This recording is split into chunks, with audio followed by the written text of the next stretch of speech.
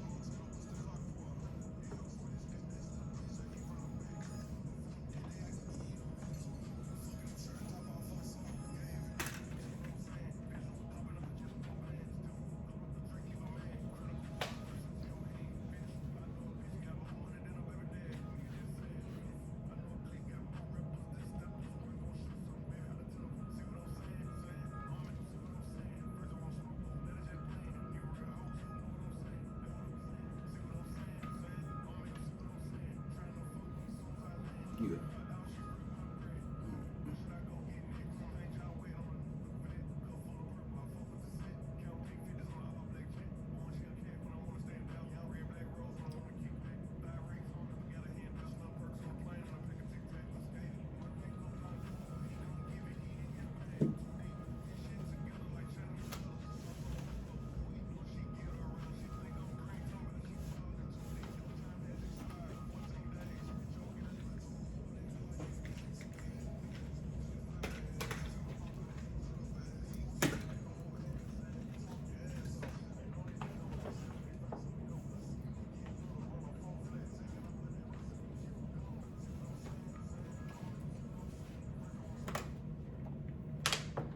What up, what up, what up? We're back for another episode of the Arguing Brothers podcast. Sorry, fellas, we're trying to get things situated over here. You know it. Trying to get things aligned, man. But we're back for another episode. How you doing today, fellas? Man, we good in the hood, baby. Nice weather, you know.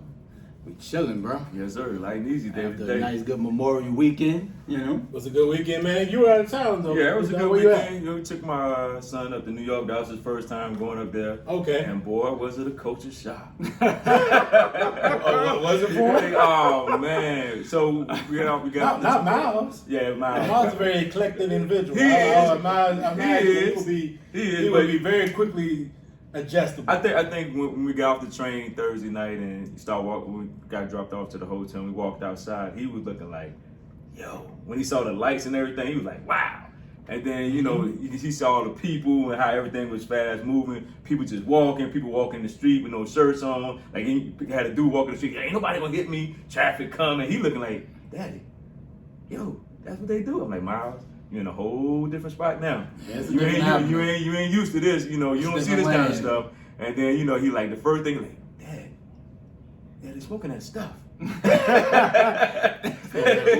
So for him, we talking about yeah, smell marijuana. Yeah, or was he talking about another induction? Nah, it was the marijuana. Of something new you hadn't seen before. I don't know if you see that part. Yeah, but it was the marijuana. But you know what? He had a good time. Like once he got over Thursday and got over the shock of being there and being in the city for the first time and seeing how the lights light up and you know how it's just wide open. Like Friday, Saturday, he was cool. What did you guys? So, did you partake in anything else outside just the sights? Did you do anything else? No, we got on the hop on bus. You know, got on, walked around like different spots. Went down there by the new school and NYU and places like that. Went over so to places y'all stayed downtown Manhattan. Stay downtown Manhattan. You know, okay. We ain't take him over where we said next time we go, we'll take him over to Brooklyn, let him go.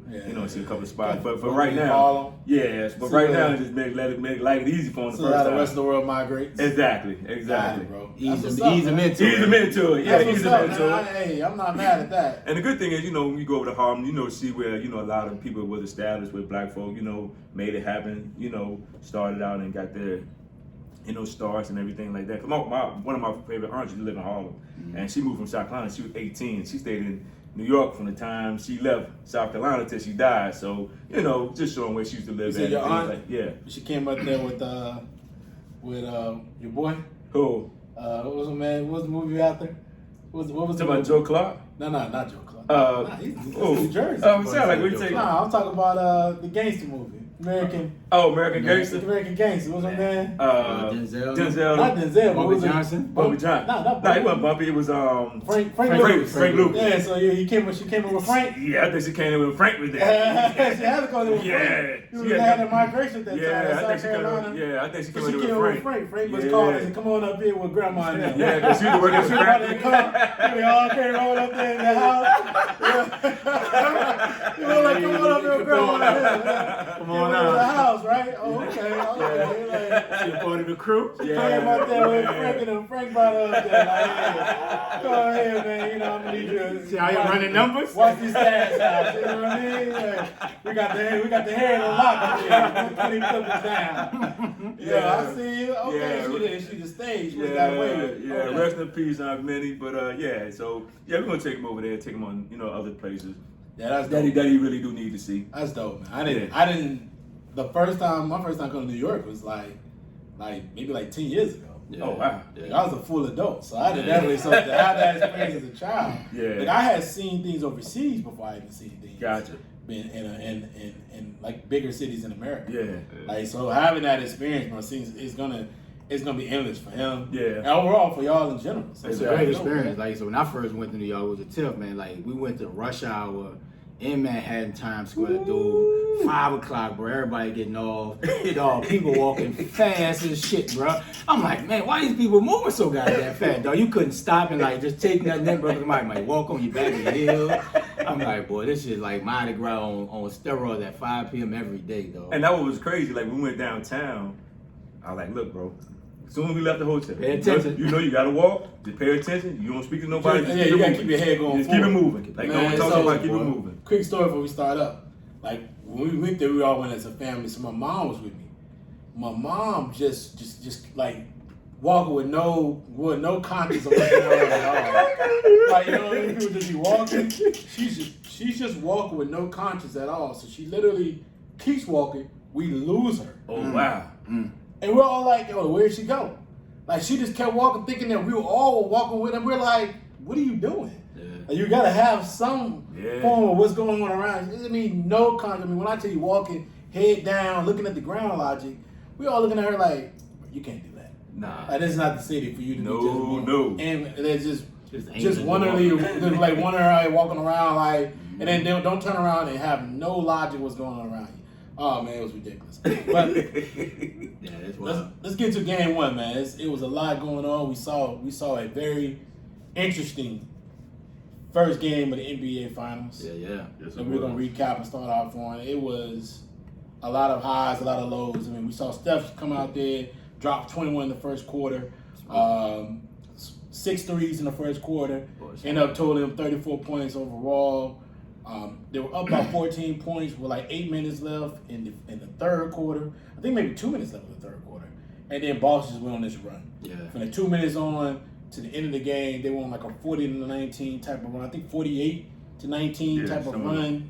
And end up winning the game by 12, maybe 14 They won points. by 12. Yeah, the last few points was the game was over in the fourth quarter. By 3 minutes left, the game was over. Yeah. D, man, give me your thoughts on game one.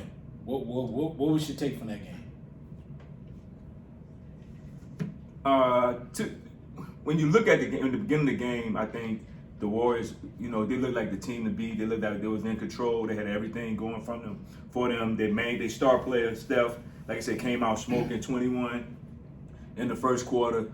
And then as you gradually, and you can see this gonna be over early. Boston gonna lay down, and then it's gonna move forward. But then, as you watch the game, you saw Boston take bad shots, but then you saw Boston take little shots at certain points in the game that kept them in the game. Like Brown took some mid-range shots when you thought Golden State was about to take off. He'll hit a mid-range 2 to cut it down to 12, or he'll hit a mid-range 2 to cut it down to 10. They just kept grinding. And I think Clay didn't show up. Wiggins, he got 20. Otto Porter gave him 12. He gave him some key points and key times in the game. But I think what happened as the game started going, Boston kept believing that, okay, we done been in this position before. We still can come back no matter what the score is. And I think defensively, they looked bad in the beginning because the Warriors was moving the ball. They kept getting the wide open threes. And I think Boston from that standpoint, like, man, what do we have to do to get them to slow down and we can get back on top? And I think the Warriors was more or less, they were shell-shocked because Boston kept coming. Because most teams, you get down by in the third quarter to the Warriors, because that's their best quarter, you're pretty much done. Yeah. You know what I'm saying? You're pretty much done. They're going to pound you. But Boston kept playing. They kept playing. And I think what has helped them in the first game was they had a lot of tough games coming up to this point. Mm-hmm. And I think in their minds, no matter where they are, they're going to be still ready to play. And they're still going to grind it out to the end. And like you said, they had some surprising heroes. Derek White, who knew? You know, he didn't. Some games he didn't even play. And, you know, for him to do what he do, Al Horford, 36 years old, still banging that outside three. Marcus Smart hit some big shots that kept them in the game throughout the whole game. So I just think the Warriors cannot take this team lightly and keep playing around. Either you're going to beat them or you're going to mess around and you're going to end up losing this series. Yeah, man, it was, if I'm Golden State, I'm kind of worried because with Steph going off like he did, and Boston was still within like 4-5 points. Right? It was like nip and tuck, like, you know what I'm saying? Steph had a all-time great quarter. And we've seen Steph get off to these hot starts before and kind of fade as finals go on. And they're not getting nothing from Draymond Green, right? They're not getting nothing from Looney 9 times out of 10, like Looney was going off on Memphis in the previous series. And he was getting like 19, 20 rebounds a game. He might not get 20 points combined in the rest of the series. Well, he was getting 20 rebounds that was getting him 3 shots. Yeah. So in Boston, they was talking about how Boston was just like I think Draymond said like he don't think those role players gonna get those open shots again. But those shots were wide open. Yeah. Right? It ain't like they were being contested. Like, yeah, you know, it's a make or miss league, and Boston has always been a streaky team in the playoffs. But when they can hit these open jumpers. Exactly. You know, Al Horford might not give you, 25 or whatever he gave him. 26 for 12 from the field. Right, you know what I'm saying? But Al Horford can give you 15. Yeah. And I can bet Jason Tatum not going to give you another 3 for 17. Nah. You know what I'm saying? So they hung in there when they star what didn't have it. Right? But they have a good team to where, like, if Jason Tatum not going, Brown can go off. Mm-hmm. Marcus Smart can give you 20. Al Horford can give you something. Derek White came off the bench, and they traded for him for a reason, right? And he's been solid from the playoffs, all playoffs. But if I'm Golden State, Clay, where you at? Jordan Poole, where you at? Right? They need the other two cats to give Steph help, because if they don't give that, like, how is Golden State going to score? You know, Wiggins is playing well, but I don't know. They got to find something, a way to try to maintain and get Steph and Clay some easier shots, right? Boston is so athletic defensively, they can switch everything. Mm-hmm. They ain't got no problem switching Al Horford on Steph because he can move his feet.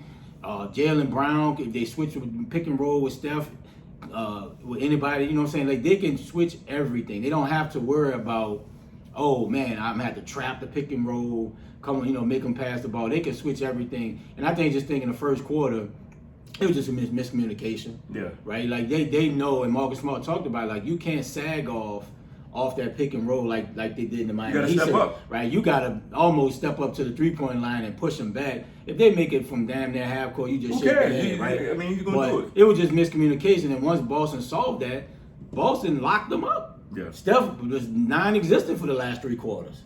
And if you look over he had a strong third quarter. Now, I can't say he was non-existent because he had 34 overall. But he had 21 in the first, so you do the math. That's not really. I mean, 13 over 3 quarters is not good, but I mean, if he's hitting in spurts, which a lot of NBA players do, they score in spurts. It normally helps overall. And think about it. If you look at that third quarter, they were getting good bench help. Jordan Poole hit a couple of key shots. Clay hit a couple of threes. Team was playing well. It wasn't until literally to that 2-minute mark when it seemed like Boston, one was hitting shots and they were playing better defense. Of course, when you're hitting shots, you're gonna play better defense. Yeah. They were missing shots, and it looked like the Warriors gonna explode. One thing I want to kind of focus on is the fact that I think Jason Tatum went 3 for 17, did not play well at all, had a lot of key turnovers, even though he had 13 assists, but still, it was a lot of turnovers he had that. And still, yet they still won that game. Mm-hmm. You can't let Al Horford, you can't let Marcus Smart. You can't let Marcus Smart, Al Horford, or White be able to score at that, have 15, shoot 23 threes, and hit 15 out of 23. That's just not going to. That's not an equation for winning. Yeah. But the problem is, how you gonna pick your poison? Do you let Brown? Do you let Tatum go off? They're attacking the basket. When they're still attacking the basket, they may not be shooting a great percentage. They're attacking the basket, and they're attacking the basket. That means you got to also realize, like, if you stick with those, you got to sag in. If you don't sag in, they don't get to the basket because it's also mismatch on the other side. I think people didn't realize the level of the mismatch that we're going to see when it came to between the Warriors and the Celtics. We knew there was chances. We knew there was opportunities for the Celtics to have advantages, but when you watch the matches where when they switch, you put Jordan Poole. Oh, they eating him up. Mm-hmm. Steph, they eating him up. Yeah. Clay's playing well, but there's other. Wiggins is still a good defender, but there's still other advantages that they have, and the Warriors don't have a rim protector. Nah, they don't. Yeah. So it's just one of those things that like, okay, you attack the basket, they gotta sag in, they gotta try to either block the shot or cut the basket, the driving lane off. And guys, you gotta hit these threes. And you gotta realize Grant Williams didn't have a great game. He was awful. Yeah. I think he was awful. So he's gonna hit some threes. Yeah, he gonna play. Yeah. And Pritchard hit a couple of threes. Yeah, he Pritchard playing with confidence too. So you got a lot of. He was 2 for 3. You got a lot of factors happening. I mean, in the day one, he shot right in Steph's face.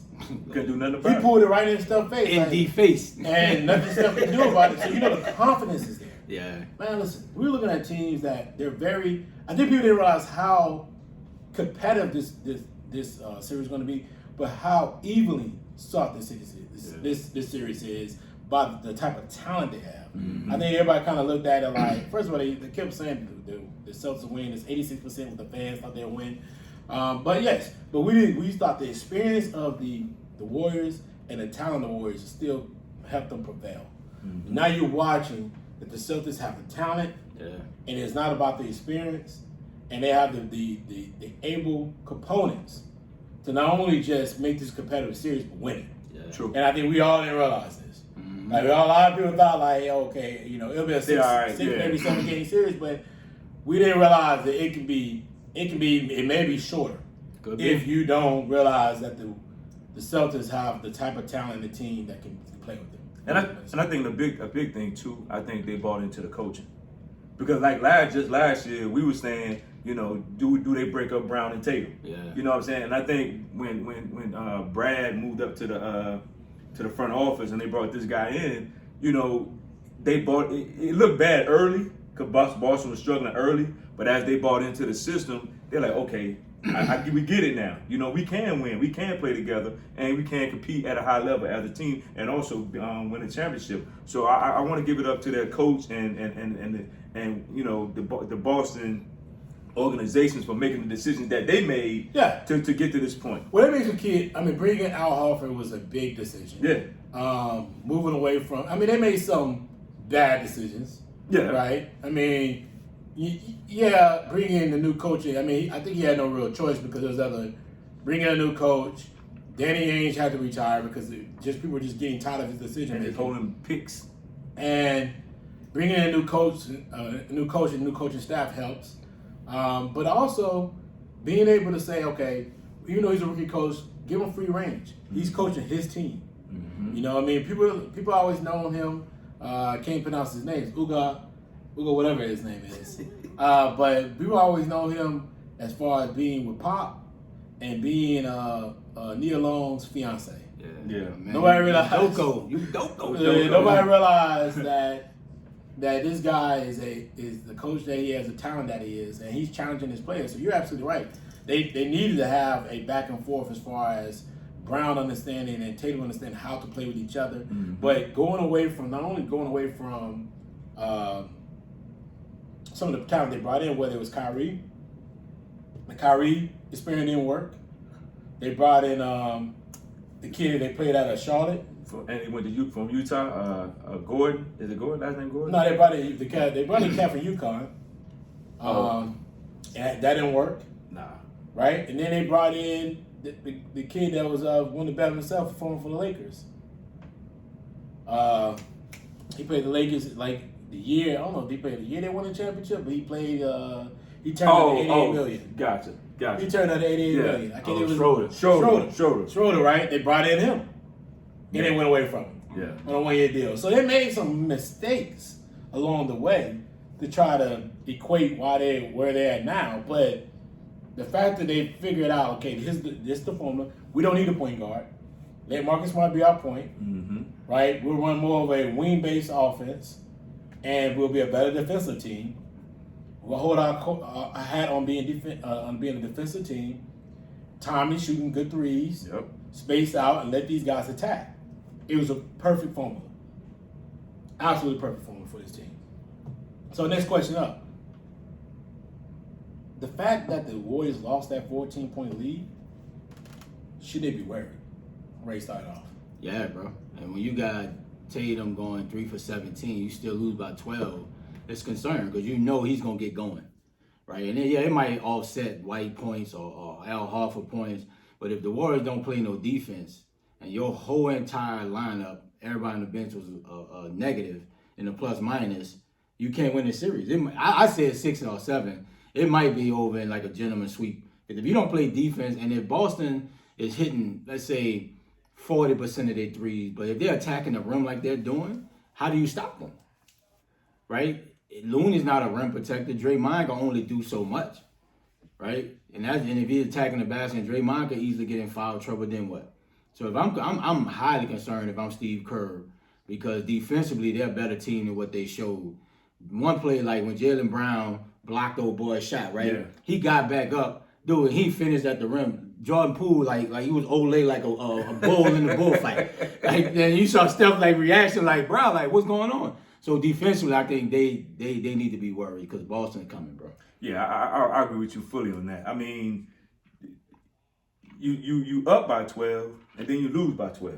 Mm-hmm. You know what I'm saying? And you playing at home, you playing in front of your crowd. You know, Boston just finished a tough series with Miami, and they come and beat you in game 1. And they beat you by 12, and they start playing only, like you said, only scored 12 points. I think that Kerr is going to have to do something. Because if Jordan Poole don't show up, they cooked. I think they're going to be cooked. Because Clay going to give you 1 or 2 games. Yeah. Now, which 1 or 2 games he give you, that's the part that Boston got to worry about. You know, if they win 1 or 2 games, you got to worry about which game that Clay is going to give you. Because he's going to give you a game where he's going to score 30 or 40, and that's going to be the difference in the game of them winning. Mm-hmm. But if I'm Kerr, I'm really worried because you saw your team just dissolve. Like, they just went downhill after the 2 minutes in the third quarter. 2 minutes left in the third quarter, you just saw them go downhill. Now, is it because Steph lost his legs and they sent enough people at him doing defense to where he couldn't, get it done at the end? But if I'm Kerr, we got to have some discussions. And we got to have some real discussions from a defensive standpoint to say we cannot let these guys just get open shots. Mm-hmm. Period. Yeah.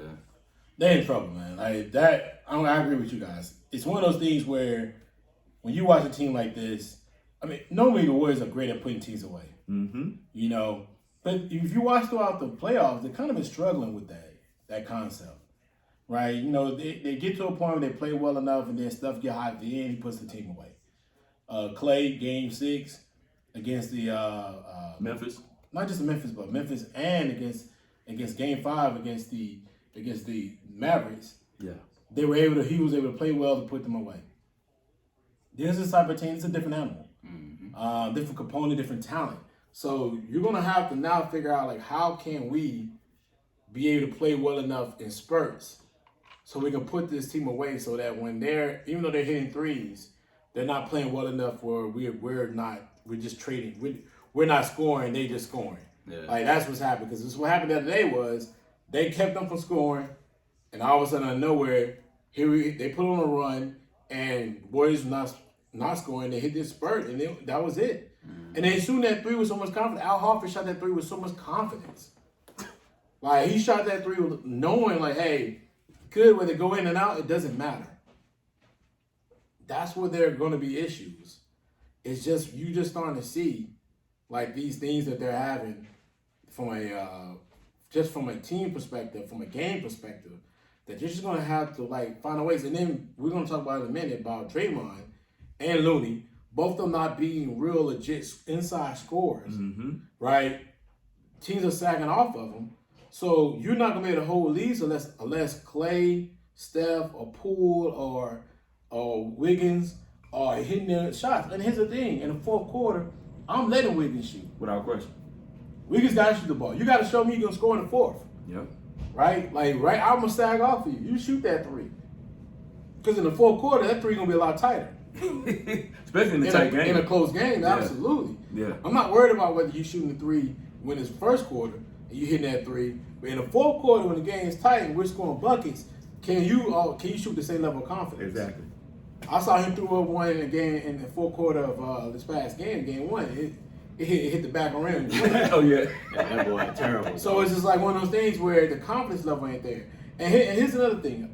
If you're watching it, Jordan Poole, you got to show me, can you defend? Yes, sir. Yep. Yes, sir. Because that defensive effort you showed me and you just talked about it, when Jaylen Brown blocked the shot, came down, they kicked it to Jaylen Brown for three, he just made one move to Got the to left, basket. Yep. took a dribble, and banged it. And all you saw, Jordan Poole put his hands out, barely whipped on it, and you saw Clay, not Clay, but Steph, looking like, what are you doing? Yeah. And can you keep Jordan Poole on the floor, knowing offensively he's not giving you much, but defensively he's such a liability.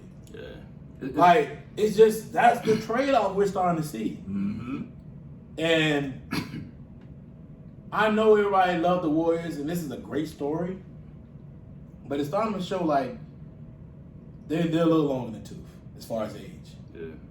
And it took a team, it really, for me, it was a Memphis game. It's the Memphis series that I was like, if a team has the talent and they're healthy, they'll beat them. Yeah. Because I feel like Memphis would have put them away. And that's what they benefit from. They benefit from Memphis. Like you said, when we talk about the Memphis series, when Bangs, when he hit dude in the head, you already suspended him. The game even started good. He should have been suspended the next game. No, he should have been. No, absolutely. You're absolutely correct. And then if Ja don't get hurt, I really do believe they would have beat them. Oh yeah, I thought. I've said it. I thought the series was over. And people don't realize how bad Golden State stroked. Because if Ja make that layup, it's down 2-0. You're down 2-0. I said, if you look at how Memphis played in that series, especially game 1 and game 2, the amount of turnovers they had, if you really watched them, Memphis should have beat them. Easily. Like, Memphis they just played foolish basketball. And they gave up 19 rebounds in game 1 and still only lost by 1 point. And Steven Adams It was out with COVID. Yeah. So that means, and I'm like, bro, like, they got away with that series. And I feel like if they would have played them fully healthy, Steven Adams had not having COVID, they'd have beat them. They'd have beat them. So it's just we'll keep seeing how this series is going to work. It's going to be some ebbs and flows. It's going to be some changes. We'll go. I'm sure Steve Kerr is going to make some fundamental changes. Yeah. But game 2 discussion. Hey, what strategies for game 2 should both teams make? These started off. I think this is the game Tatum can't settle. You know, you got to go to the basket, bro. You got to go. You got to attack the basket. I mean, I get it. You're not going to have a great game every night, but you can't settle. You got to attack the basket. Now, once you own, you own. But at this point in time in the game, you can get to the basket. You can create your own shot. You know what I'm saying? Jaylen Brown, keep doing what he's doing. Keep getting to the basket. Marcus Smart, keep protecting the ball.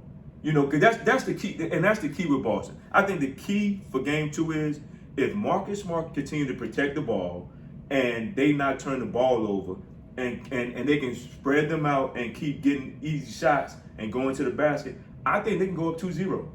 Now, from the Warriors standpoint, Draymond got to do something. Jordan Poole, you got to do something. You know, but I think Jordan Poole's situation now is different when you're playing the playoffs and you're making the shots. Now it's the finals. It's a different light now. You know, you had the cover. Clay, you got to play better. But this is the thing.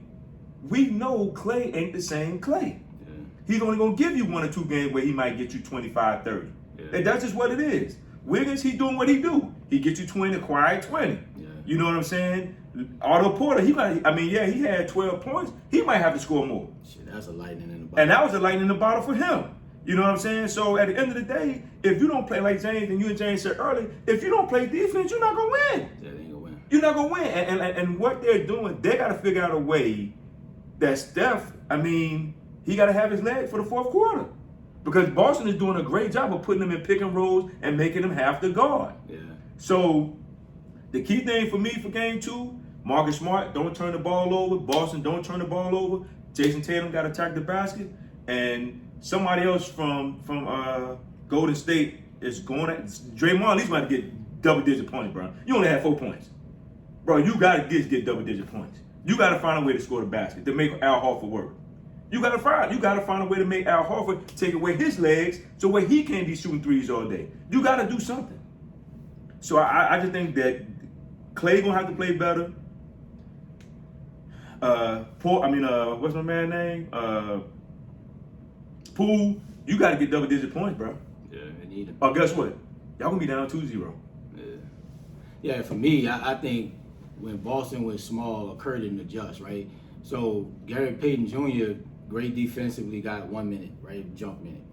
Like, when Boston is big to start the game, yeah, you go big with Draymond and Looney, but when they go small, you got to get Looney out of there, right? Because he can't get out to the three-point line, and it's not like Al Horford is going to continue to be down in the paint, right? Exactly. Like, he's on the three-point line, so you got to adjust from that standpoint and match the lineup. Yeah. Like, you got to swallow the pride and take Looney out. You might give up something on the boards, Right. but you're going to have to match Boston's shooting with a small lineup, because if not, you're going to get killed. They're going to continue to get these wide open threes, and you think they're going to keep missing, but they just shooting practice threes. Like, bro, they're going to generally make at least 40% of the Because they pros. They're going to make the majority of the threes. And if I'm Golden State, from Boston, like I said, just minimize your turnovers and just Tatum continue to attack the basket. Because if they go small, I'm attacking the basket every paint, get in foul trouble. Because if Draymond get in foul trouble, they really ain't got nobody. Nope.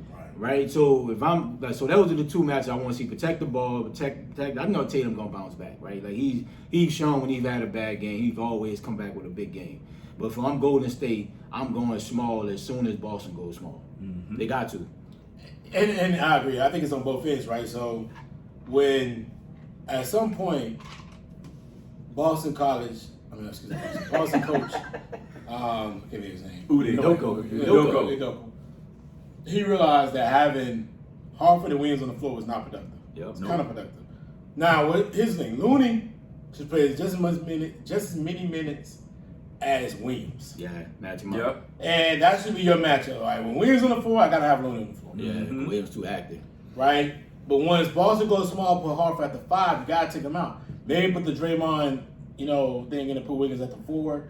Because it seems like Wiggins they're still attacking the boards strong enough. Because I think the boards, it was like 30-30 or 39-39. Yeah. So it wasn't like the Warriors dominate the boards or the Celtics dominate the boards. So it was even. So that right there helps, right? But the problem with this is Al Horford's going to pull the 3, and Draymond's not a scorer. We were talking about this a minute ago, strategies there. That was my next question, but we can kind of include that into this question. Draymond's going to have to be more productive, right, in the next game than he was before. He can't have a 6-point game. He's got to be a 14, 16-point scorer in this series, because they're going to do something smart, which they did and smart is kind of a lineage of what we're about to talk about. They took Marcus Smart and they put him on Draymond, so then he can play the lane and play the passing lanes. Now you don't worry about Draymond being a scorer, and he can switch on any shooter that you have. So we know Draymond's not a scorer. He's not going to attack the basket. He's not going to do what he needs to do. Perfect, right? Here's what we do. That's a perfect situation for us. It's a perfect storm for this particular team, because they're like, okay, great. He's not going to be doing what he's supposed to do. So this is what we're going to do. We're going to take Draymond. We're going to take Marcus Smart, put him on Draymond. Now, hey, play the passing lane. Play the switches. Step on because Draymond tends to be the main picker, right? He said the most picks are the main picks to get the shooters open. Now it's like, hey, you know what? Now we have Marcus Smart on. We can just switch off quickly, and that shot's not open. Draymond's got to be able to slash to the basket, hit that 12-footer, hit that 14-footer, hit that 8-footer type shot, because he needs to be more productive. A 20-point game for Draymond, but we'll probably win and be a success story. Mm-hmm. Because that's what they need. They need him to be able to attack the basket and get those buckets that they can't get because of the fact he's not being aggressive going to the basket. So, and when he pops out, shoot the three, you got to shoot with confidence. Come on, Draymond. Draymond's like, They're leaving them open too. you shoot that thing with like, I don't know. I don't know if it's going to go Hoping in. to prayer. And I'm like, bro, Hoping to prayer. you're an NBA talent. You can't be on some like, maybe it goes in, maybe it doesn't. Like, you're an NBA talent. There's no way you can be like, hey, maybe it makes it in, maybe it don't. Who knows type logic. He can't be that type of player. So we need Draymond, because I picked y'all to lose. But they need Draymond to be a 20-point scorer At least. at least 3 or 4 of these games. I don't think he need to get 20, but you can't shoot 2 for 12. He's got to be on 20 points. He's got to be. Yeah. He's got to be. He's getting open, so many open shots. He's got to be a 20. That's a 20-point scorer. He can't be on a situation where he just allowed. It just can't be the perspective of what we're seeing right now. In 38 minutes, this dude had 4 points. He went 2 for 12, 0 for 4 from 3. Then they letting them shoot it. And the bad thing about, and this is the problem that I have, like we always talk about with players. Draymond, you've been in the league long enough that you have not developed a little 10-foot, 15-foot. He had one. I don't know what happened to Draymond. Draymond had that 12-footer, that 14-footer, and he just either he stopped practicing or he just, I don't know, the injuries. I can't explain what happened with his offensive game. But then let's add the Celtics. And he started off a little quicker. Yeah. Right? Yeah. You can't be doing this down 10, down 12, down 14, 15. down, logic with a team who can shoot the ball like Golden State. So they're going to bury you sooner or later. Because they can bury you. Yeah. Right? They have shown that they can get on the tear. Mm-hmm. Right? Now, that's one thing about it. This playoff, you see it here and there. Maybe the Mavericks series you saw it, but in the Grizzlies series you didn't see it. In the Denver series you did see it, where they got on the tear and they moved and they just pulled away from it. But the Denver was playing with backups. Yeah, without question. But you can't stop so slow. Mm-hmm. Tatum, stop worrying about the refs. Right? I think at one point Jaylen Brown realized they're not gonna call this. Yeah. So he had attacked the basket and made a play. Yep. And you gotta realize that, bro. That's not the game for you. This is not gonna be the game where you gotta be. They're gonna be like complaining. You gotta complain. They don't care because you're not at that level yet where You're going to get the calls. that type of call is gonna happen for you. Yep. Mm-hmm. You know what I mean? So you need to show that, hey, you can play through it. The contact and all. And the flopping sometimes is a little ridiculous too. Yeah. Yeah. Right? Yeah. I like the flopping is It's terrible. overrated. Stop doing it, bro. But it's just one of those things where both teams have things they can improve on. Yeah.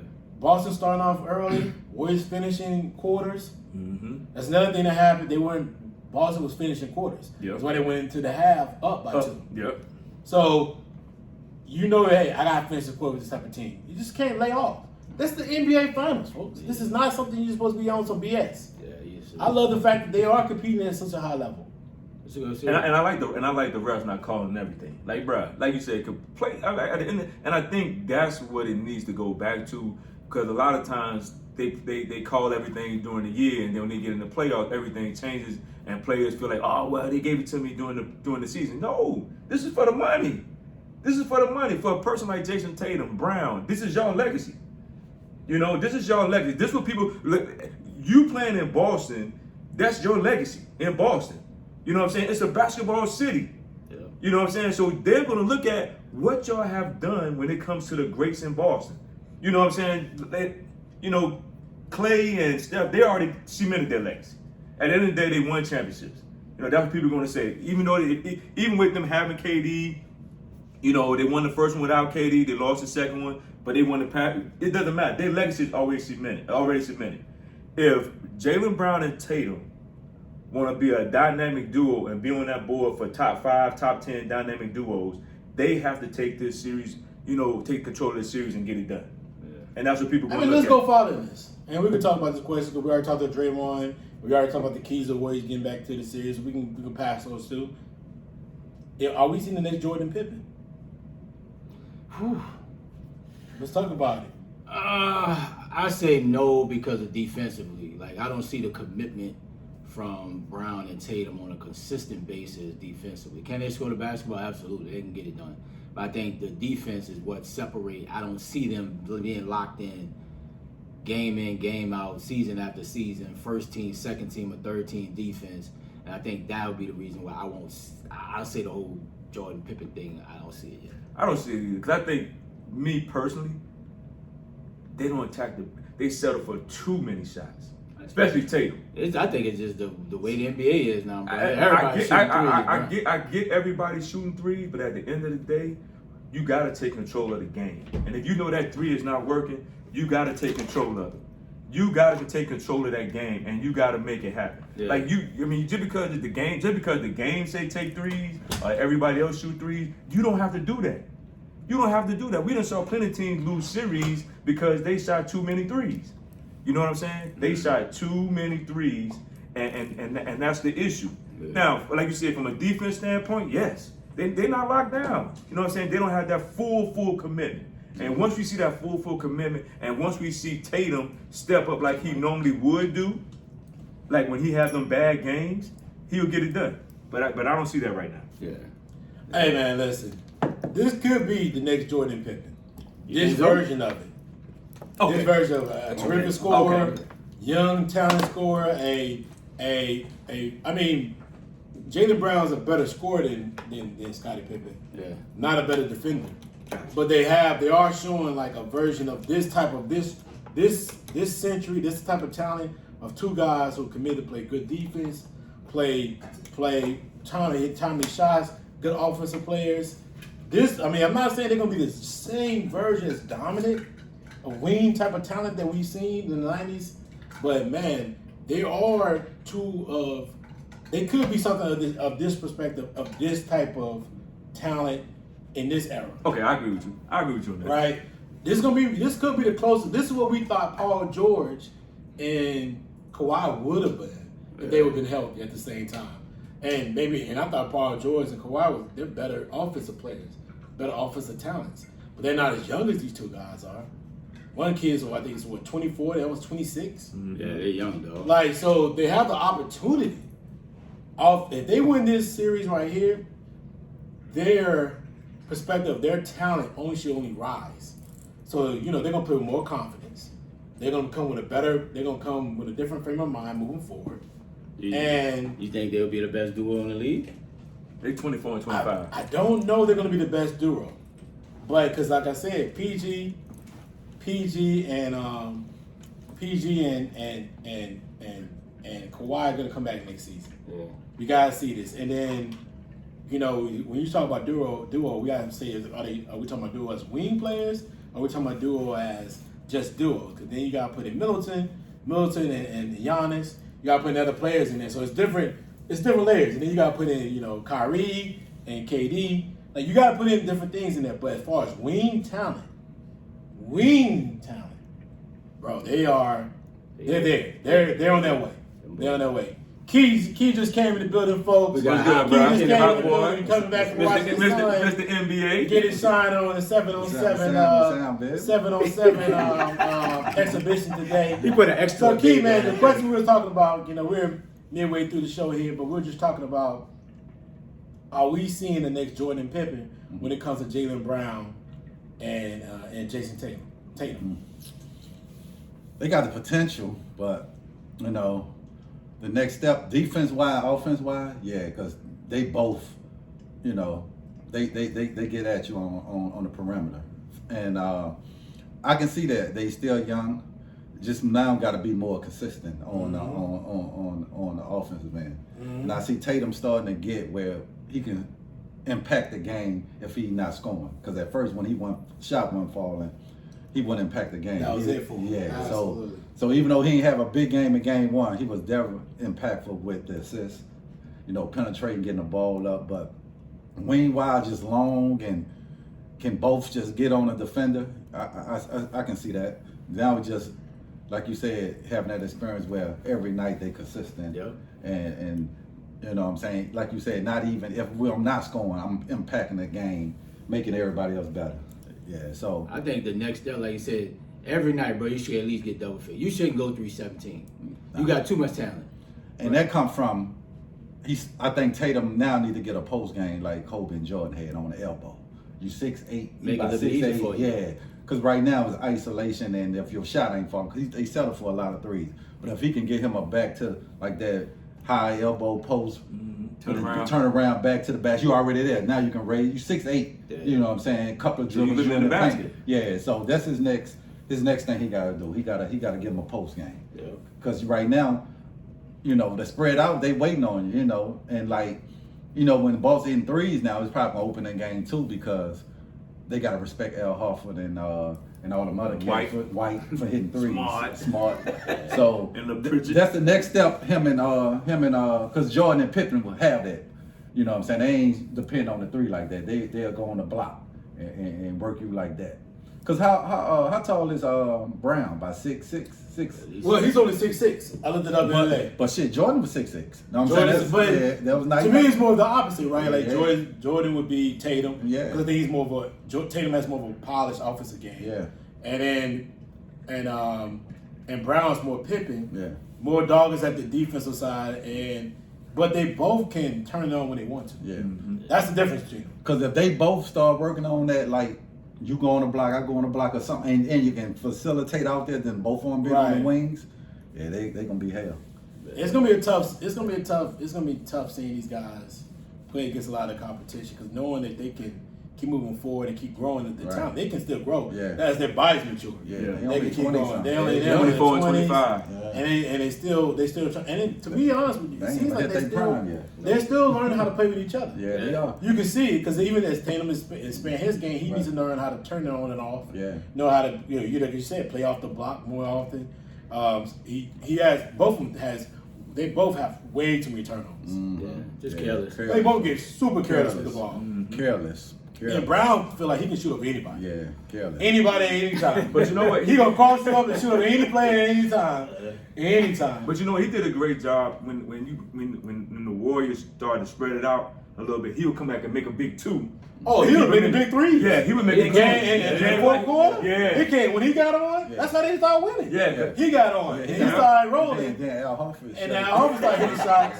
Now I don't know if he, like we said, I don't know if we're gonna keep hitting shots like that. But then for you to, but you can't. If you keep getting him wide open, Al but you got Horford, to put more attention on him. Yeah. That's what I'm saying. Now you put attention on Al Horford. Tatum got free somebody lane. else get shots. Tatum free lane to the basket. But that's what I'm saying. So if you're gonna keep getting the Al Horford wide open shots, Big Al can make those shots. Man, that was like practice shots. and like we were talking about earlier, Draymond taking, like James said earlier, Draymond taking the three. He's taking the three like, man, whatever. Al Horford out there, he's shooting out there like, yeah, this joint going in. But Draymond, shooting confident. Yeah, Draymond don't want to really take the three.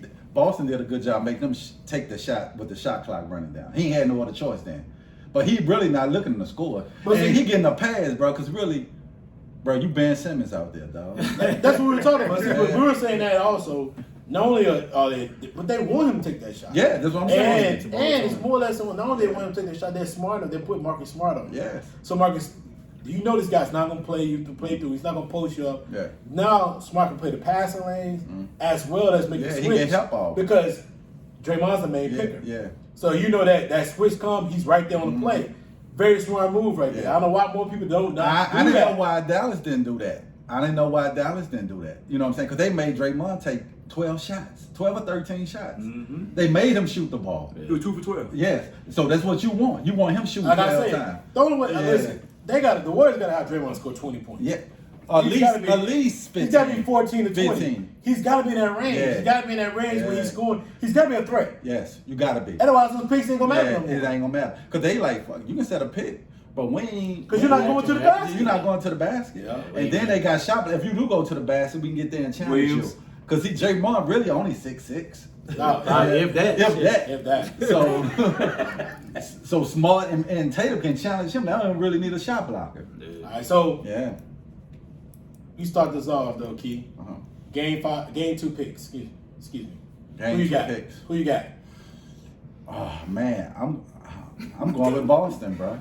I'm going with Boston. I think it's gonna be a long series. You think it'll be 2? If it's 2-0, it's over, dog. Going back, I don't know if it's a long series. It will still go more than 4 if they win. But I got Boston, bro. I just feel like Boston stole one, and I don't see Tatum playing as bad as he did. Yeah. You know what I'm saying? Game 2, you got Boston. I got Boston, bro. Okay. I got Boston. Going with Boston, bro. Okay. I think Golden State wins it. I think Golden State bounce back. They play a little better. Man, it's 3-1, man. I think Boston wins game 2. I wouldn't be surprised. I picked Boston. I think Boston wins but game yeah, 2. I wouldn't be surprised if it goes back 1-1. Yeah. But I think if it goes back 1-1, it's because Steph or Clay gets on a hot streak at the end of the fourth quarter. But JD, I don't think Clay or Poole get off in this series. But here's the problem with Poole. He's got to defend. Yes, And making his liability. And boy, is he. Yes, He's been one. Yes. But they're Yeah. really showing Yeah. that he's a liability. he's a liability. I think Memphis would have got exposed him late in the series too, yeah, but yeah. he's really getting shown. He's a liability, and I think Clay gonna struggle in this series, bro, because they don't have to double nobody. They play people 1-on-1. Right. You know what I'm saying? Right. And then they got smart and start going at Steph, making his legs And tired in the that- fourth quarter. yeah. He ain't had no legs. Yeah. They had to go to zone trying to hide Steph. Yeah. So I agree, man. Everything you just said, man, I agree. So I think it's gonna be one of those things where it's gonna go. I think it's gonna be a 2-0. My opinion is gonna be 2-0. 2-0. It's gonna be 2-0, but I'm not totally sure. But I do think it's gonna be 2-0. Yeah. Going back to Boston, then we'll see from there. It's 2 games in Boston. Hopefully for our sake, it goes. It's a long series. yeah, I think it'll be long, but I just see them. they only play 2 games during this week. Yeah. Tuesday and Thursday, and then they go. Then it's back to the They Sunday. gotta have that Sunday in there. So we'll see, man. Go ahead, you gotta say I something. got a question though. So let's say Boston do win this 4-0. Let's say it happens. Or either 4-1. Mm-hmm. What that does to Steph legacy? Is that a Steph legacy problem or No. Warriors legacy? I say a Warriors total. A Warriors. What that does to the Warriors? Because now you're in a situation where you lost to a team where everybody said you was going to win. Everybody from the reports beginning, Boston was going to be a great series, but the Warriors did this. They're talking about Steph being one of the top 10 players of all time. All of this talk. If Boston beat them 4-1 or either 4-0, or even win the series period, what did that do to the Warriors? I don't think it does nothing, honestly. Yeah, at this point, I don't think it does nothing. They, they're saying they won, but they're gonna have. Of course, they're gonna be backlash saying, okay,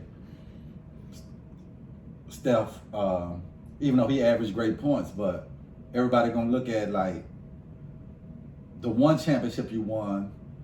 Brian, Kyrie and Love Love was hurt. Then the other 2 you won, you Yeah, had the sniper. KD. Yeah, the sniper. Yeah, So sniper. he definitely gonna take. It ain't gonna mess his legacy, but it's gonna be like how many rings which y'all really won. And you couldn't get me over the top. Yeah. You couldn't do it by yourself in the Toronto series. Because KD came back and got him there. But Clay got hurt. That's the only reason. Yeah, but if you the man and you the face of, like y'all always tell me, when you the face of the franchise, what y'all tell me, you gotta play better. So if you the face of the franchise, But I think he averaged 30 in that series. if you the face of the franchise, because like we say, when LeBron didn't get them over the hump, Yeah. even though he averaged 40, he took him to game 6, but didn't get it done. But there's definitely gonna be some rumble because that's what they're gonna say. You got a ring with LeBron and me say KD, me say Kyrie hurt. and LeBron took you to 6, Yeah. pretty much by itself. With Dellavedova. With Dellavedova. Yeah, so And then you had the mad sniper out there Yeah. for 2 of them that you won. Nobody wasn't gonna beat you. And then when the sniper get hurt, and then Clay get hurt, and you couldn't get him over the hump against Toronto. but if they I'm get just sweep, saying. if they get sweep, they letting Draymond go. I think they're gonna keep Poole I would keep on. because Poole younger. You're gonna need a score after Steph. Steph probably got another 2-3 years. That's it. So you gonna get killed on the boards. and then Clay. Shit, you'll figure it Well, out. you got the big guy coming back next year. Who? Wiseman. They don't know what that boy. But I'm just saying, he He's cheap big, though. He he's cheap. big. He a big. He a cheap. Man, what I gotta He do can 'cause you move, big? But you not No, gonna they let big. I just need you to rebound, bro. and he can Play score. some defense, But you dog. gonna let Draymond go because you're not gonna be able to pay him. Is Draymond a free agent? No, he got 2 more. He got 1 more year. Well, They all it's- got 1 more year. Well, here's But the I'm problem though. They're gonna be in a luxury tax regardless. Oh, yeah. because you got to play Because Poole. then you got to pay Poole, and Poole gonna get here's the about thing. 180 I or something. don't know about Poole. I don't think they gonna pay him. They gonna pay him. Here's the problem with it. I read something the other day. People were talking about Because Clay ain't the same person no more. But they were making. But this is the thing. They were making this. They were making this. Well, here's the thing. They were making this comparison. Do you if you're a young team, you go out to the pool like the Wizards, Mhm. or do you go ahead and just re-sign Bradley Beal, right? And I'm like, bro, you re-signed Bradley Beal because you don't know what Poole's going to be. Exactly. You don't know what Poole's going to be as far as an offensive or defensive talent. Well, offensive wise, he's been balling. Yeah, but he's in a good situation. But he's balling like that because of the way the offense plays with the Warriors. But when he's a Right. primary scorer, what he's going to be? But Steph will be there for another 3. I'm just saying you would keep him over Draymond. No, but whether you keep him over Draymond or not, like you still got to think about the fact that you're going to be the luxury tax. You got to pay these players, and you also got to stay young enough because you still got those young talent. You still got those young picks, those first round picks you had. They're not going to play much, but they still next season they're going to be different players. Yeah. But you never know. Like, is Poole somebody I can build around if Steph's not there? And I'm not totally sure if he's that type of player. Well, this is a piece. You always need a piece, right? But is he that type of? I think he can be an all-star. I don't think he can be a franchise player. That's what I'm saying. But they always built they over the last 8 years, 6 years at least, they built their talent off of that one franchise player building around and putting good pieces around him. I just don't know if he's going to be the type of player. I mean, we also got to realize, like, because you got Wiseman. I think Wiseman gonna be a good player. You know what I'm saying? But you also got to realize how much effect KD had. Oh yeah, they was unbeatable On those teams, Yeah, and they they was was winning tough. like that. Yeah, but It probably gave that Clay, Steph, 2 years. Draymond trio 2 or 3 more years of existence. It did. It probably should have been broken up probably prior to the season, but because way KD came there, gave him 3 or 4 more extra years on longevity, right? Because you didn't have to be the best player, you didn't have to be the best offensive talent. You could play a certain style. That helped. Yeah. But man, but listen, bro, they got some issues coming up really soon, especially after. If they don't get a ring this year, it's not gonna happen.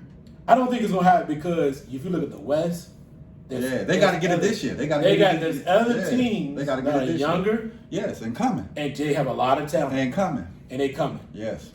Denver's gonna be healthier. Yeah, and they bringing Maury back and what's the other kid name? I know you're talking about The back problems. Yeah, Junior. I can't Yeah. Porter. Yeah, Kevin Porter Jr. Yeah, so and Jokic, still getting better and better. So yeah, they gonna be a problem. Clippers gonna be healthy next year. Yes, you got Kawhi and Paul George coming back with the core they had. And you look at it with the Pelicans. You got the Pelicans, then you got Memphis. You got Memphis. And then, you know they're gonna come ready. Yeah, then you got Dallas. Got to go if they gonna get them one more piece to go with Luka. Yeah, they got. It's gonna be out there. It's gonna be a lot of talent. Shit, we just named 5. We 17. yeah. And then you got the Lakers if AD stay healthy. You know what I'm saying? It's gonna be a lot of. And then let's not forget about Phoenix. And Phoenix, Right. They gotta make a few adjustments. They need adjustment. Yeah, they need another score. Yeah. They need a third. They need a Cause you third. can't, They need a second score. Cause you can't count on Chris Crowder to Paul. be one of your And you scorers. can't ask Chris Paul to be your second best player Nah.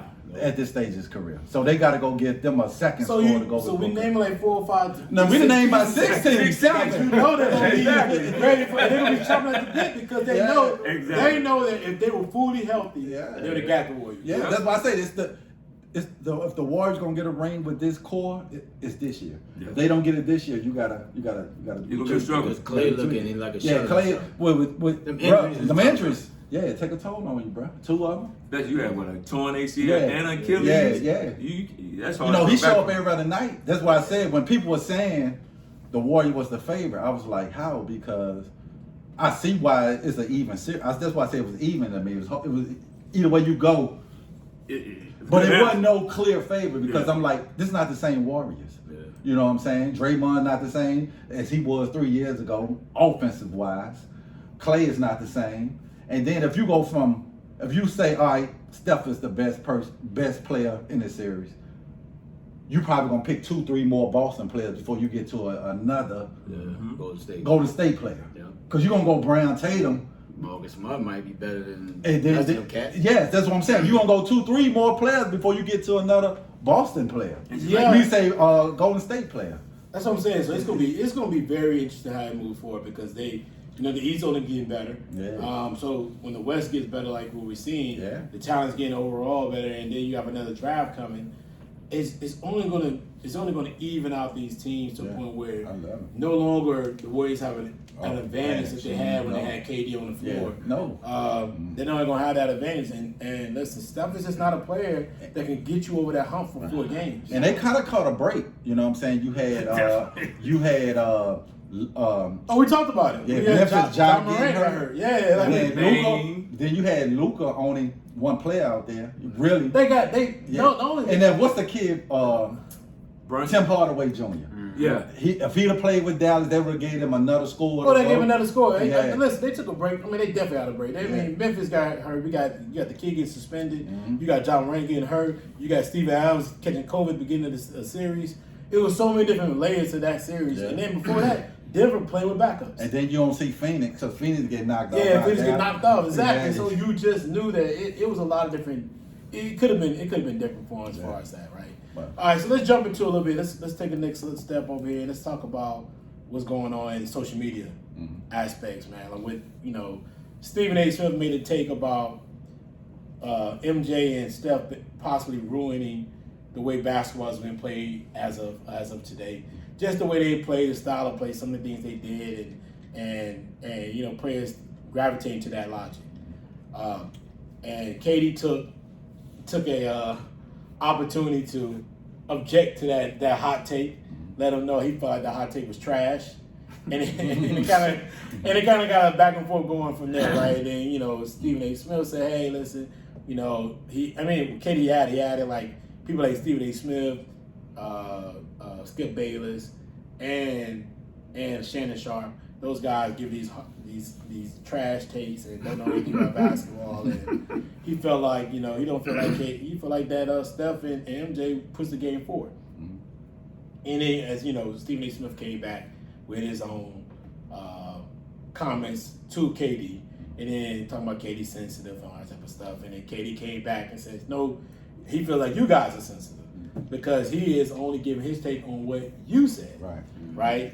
So if you're up there on this, of course, right? Keith started us off. What was your thoughts over that back and forth? Just not but did you think that KD was in the wrong for giving his take on whether it's Stephen A. Smith or Skip or anybody else?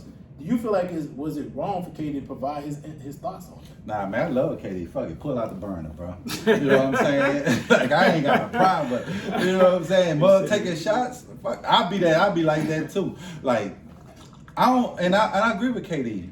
When you say a comment, why I can't come back and say your take was trash? When I play trash, you can come back like, man, KD some trash out there. Yeah. And I'm with KD. I don't think Steph and MJ messed the game up. To me, they pushed the game forward. Yeah. Now, kids can't come out there and thank you, Mike and Steph. That's on kids to get better to get like that. Because Steph can pull up from 3 anywhere on the court. He put the work in. Yeah. For MJ can go one-on, he put the work in. So why, because you can't do it, or somebody else, why you say they messed the game up? Yeah. Without MJ, this game ain't even global. You know what I'm saying? Without question. Without question. You know what I'm saying? Without Steph, kids not even, you know what I'm saying, shooting threes at 6, 7 years old. Yeah. You know what I'm saying? Because you feel like, damn, this dude look like a regular Joe Smoke. You know what I'm saying? He ain't 7 foot. I can do that if I put the work in. So I'm with Katie on that. Like, nah, I don't think they messed the game up. Now, players think they Steph or they think they MJ. That's on players. Yeah. You know what I'm saying? But, nah, you can't never say what MJ did to the game of basketball, bro. He got the Lucas and the Tony Parkers and Dirks and all them cats who want to play basketball, bro. Basketball is probably the number 1 global other than probably soccer, bro. Yeah. You know what I'm saying? Yeah, you know what I'm saying? So, no, I don't think them cats mess up. And I think the analysts, it's okay for them to come at these cats, but soon they don't like they take and they come, why I gotta be sensitive? No, I just don't agree with what you're saying. Yeah. We both can have our take and disagree to disagree. So Stephen A., they want to say, oh, he's sensitive. No, why I'm sensitive? Because I don't agree with you. Yeah, and I think that's the biggest problem. MJ was that dude. Yeah. Steph, I like Steph, but Steph changed the game, bro. I think the only thing that Steph really did for me, he changed the way coaches coach their teams. Because if you think about it, people took threes, but they didn't take threes like they take it today. Right. So to say that Steph messed the game, I don't think Steph messed the game up. I think coaching and watching what Steph do I think that's who messed the game up. Because they assumed that everybody on their team had to shoot 3-pointers. But that's on coaching. That ain't Steph. That's what I'm saying. Yes. That's what I'm saying. I said Steph didn't mess the game up. Yeah. I think coaches watch Steph and they changed their way of coaching to shoot the 3 ball, which messed up a lot of great talent, where a lot of these dudes can't shoot 3s. Right. You know what I'm saying? Everybody can't shoot 3s. You know what I'm saying? And I think coaching, like in AAU basketball, high school basketball, you think everybody got to shoot 3s. No, you don't. Everybody can't shoot like Steph.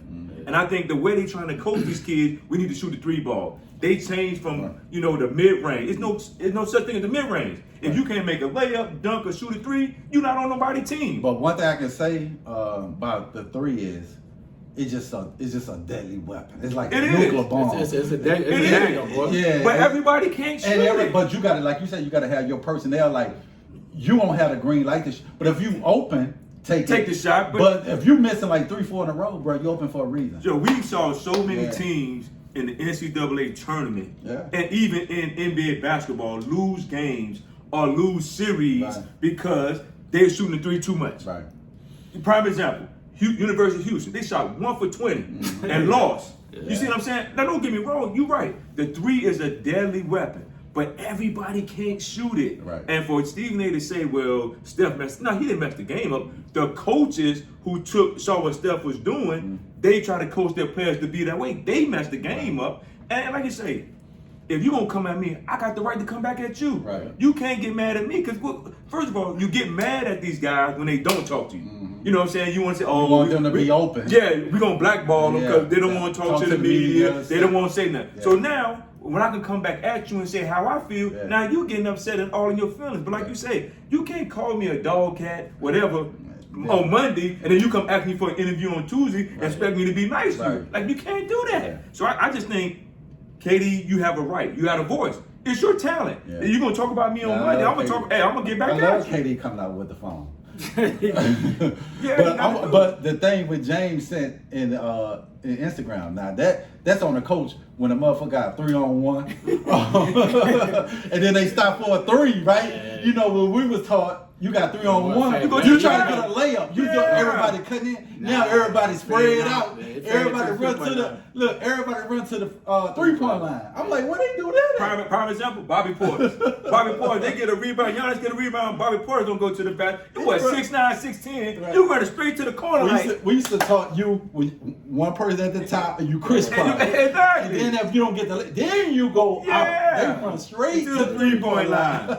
Yeah, bro. I think Stephen A. Smith just come from that old school era, bro, where 80 to 85 was good. Steph and what Jordan did to the NBA, bro, took it to a whole nother level. Bro. Like, offense sells tickets, bro. Yes. Like, people enjoy seeing a game 120, 125. Yeah. Nobody want to see no 80 to 85, bro. 65. Yeah, bro. Nobody want to see that snail pace. No, the NBA loving it. Yes. Right? But at the end of the day, if you teaching your kid, yeah, you can be Steph. But you don't have to shoot the threes like Steph. Like, you can make an all-around game, but Steph has taken this game to a whole nother. But right. Steph has the three-point ball has given a lot of cash jobs now. Yes. Right? Like, prime example, J.J. Redick. Coming out of Duke, he was only a three-point shooter. That dude played in the league, 16, 17 years? Right? Because he can shoot the basketball and is at a premium. If you don't have no three-point shooting now, you are not going to win many games. No. Right? So Stephen A. Smith tripping. KD had, like I said, he has every right. And I think what people get on KD a lot about, he is sensitive, and it seems like you can't really go at KD without him feeling some type of way too. But at the end of the day, I think KD is right this time. Like, they should be, a lot of cats should be thinking Jordan and Steph, how they transformed the game of basketball to be a better version of basketball. I think it's so much Jordan because you think about it. Jordan took that bitch global. But this is the thing though with Jordan though. He took it global, but at the same time, they played defense when Jordan was there. It's just not like Jordan just fell off the map. The Pistons, they played defense. If you look at that era, for him to make that comment, do you realize Jordan had to get himself together because they played defense. The Knicks played defense. So it's not like, oh, well, they messed up. How did Jordan mess the game up? Right. Well, I don't think. But the thing about Steph too, Steph go to the basket. He just don't shoot all threes. Steph penetrate, take mid range, take floaters. You know, they just get caught up in Steph taking threes, but Steph actually goes to the rack. Yeah, that's true. You know what I'm saying? He does go to the rack. remind everybody that, you know, it's still, when it comes out, it's like 1, 2, 3, 4. Okay. For some reason, this man right here keeps going 1, 2, 3, then back to 1 again. Like, you know, I got to put a shot. I got to put a shot out there. Like, this dude keeps doing that. Shaq, but Shaq, Yeah, it's my time. like, you know, he's like 1, 2, 3, 4. He keeps doing 3. He keeps going back to him. You don't realize that, yo, I can do multitask. Bro, he's on the phone. I'm always on it. Now, me looking at the phone. James, I can multitask. I'm looking at the notes and looking at other stuff. I can multitask because I know my time is coming. He keeps doing it for some reason. 1, 2, 3, and then go back to him 3. He's like, back to 2. Hey, look, he's checking on the Back phone. to 2. No, the phone means I'm looking at the notes, but at the same time, I need you to dial in and understand it's 1, 2, 3, 4. Then you can jump back Then in. you jump back in. All right, so I agree with everybody saying, but I took it like this. Stephen A. Smith gave his take on something, and what I have a problem with Stephen A. Smith because why do you have a problem with KD giving? I mean, people do this on Twitter all the time. They give their takes on it. Mm-hmm. It just so happens that KD's a famous professional basketball player, right. an elite, famous professional basketball player, Mm-hmm. and why do you have a problem with him giving a take on what you have to say when you get to say what you want? Right. And he doesn't have to, and because we have so many different platforms these days, Mm-hmm. you don't have to go on Twitter. I mean, not Twitter, excuse me. You don't have to go on the show and go back and forth. You can give your take on Twitter, and it passes off the same meaning, right? So what's your issue with that, right? And if he has an opinion on something, Right. he should have an opinion. Right. On it. I thought the way Stephen A. Smith handled it was out of line. Yeah, it was. And Shannon Sharp and Skip Bayless. I thought all three was out of line. Right. Like you were like, oh well, you know, KD, you feel like we shouldn't have an opinion on something. Okay. Well, he comes back and says, no, you got an opinion. I thought it was awful. Right. So I was like, I don't understand what's the issue. Yes. To me, Right. that's what we all supposed to be able to do, and Right. he should be able to do it. You're just upset because he has a voice and a platform Right. that he can be able to say that, and you may come back and debate. Come back and debate this. Right. Right. Say That's why you disagree. Right. Don't be like I'm sensitive. Yeah, don't be all mad talking about he's sensitive Yeah. and all that. These type of players. Yeah. I think you take it personal. Yeah. when you attack the person's character Mm-hmm. and his demeanor. Right. Now I do think KD is sensitive, but to attack it the way you're doing it does not seem correct to me. Right. When he was speaking on a basketball terms. take, Yes.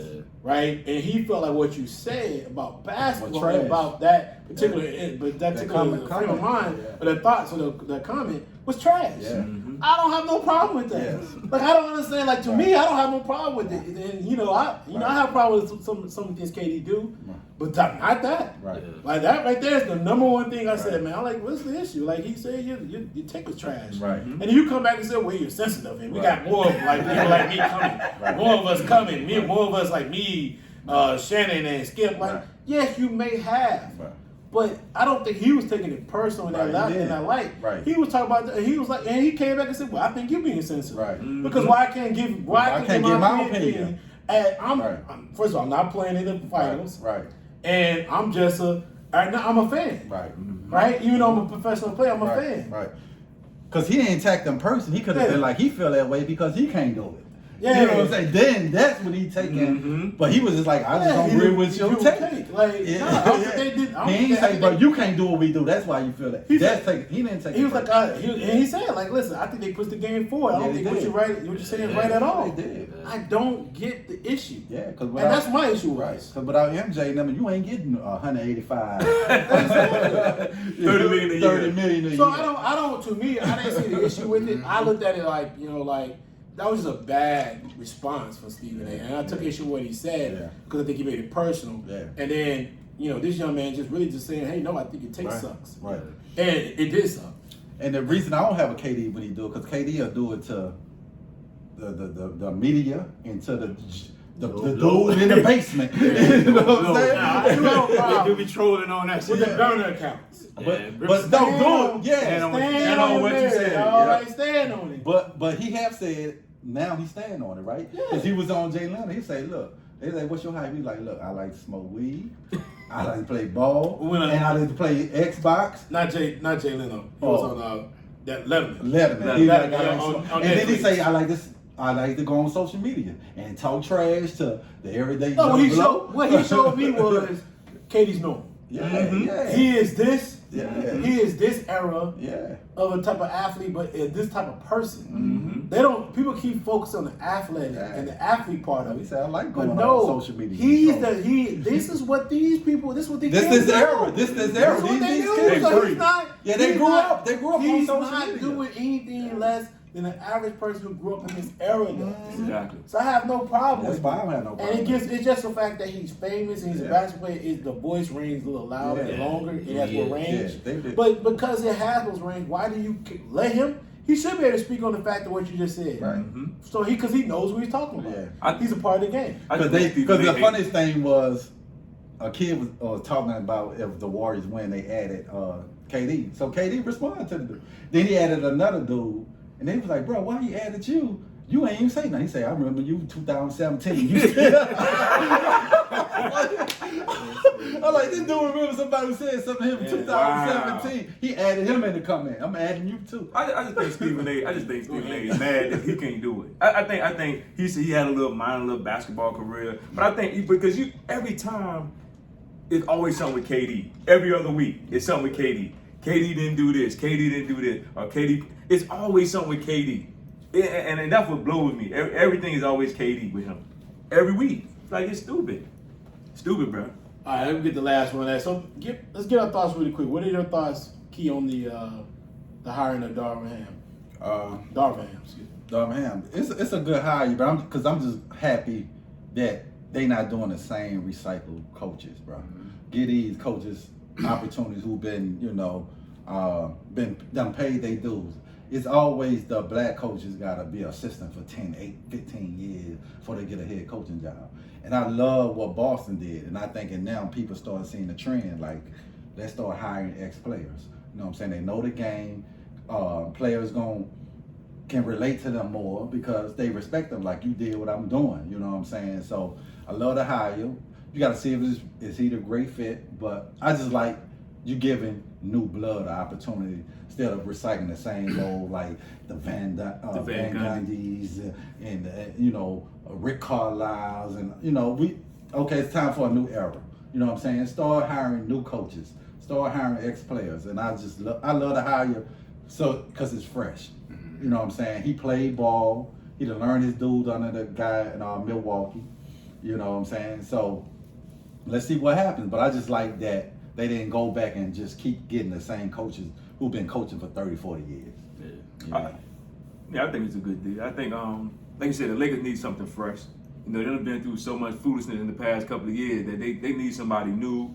I think that from my understanding, Darvin Ham is a well-respected dude in the NBA community, so that's big. Mm-hmm. That's big. Like, you got somebody that's well-respected. A lot of guys, really respect him as a coach, as assistant coach, but also as a player. So I think it should be fine, once he have these one-on-ones, you're going to see. You know what I'm saying? It might start off a little slow first, but once I think everything get warmed up, I think he'll do a great job.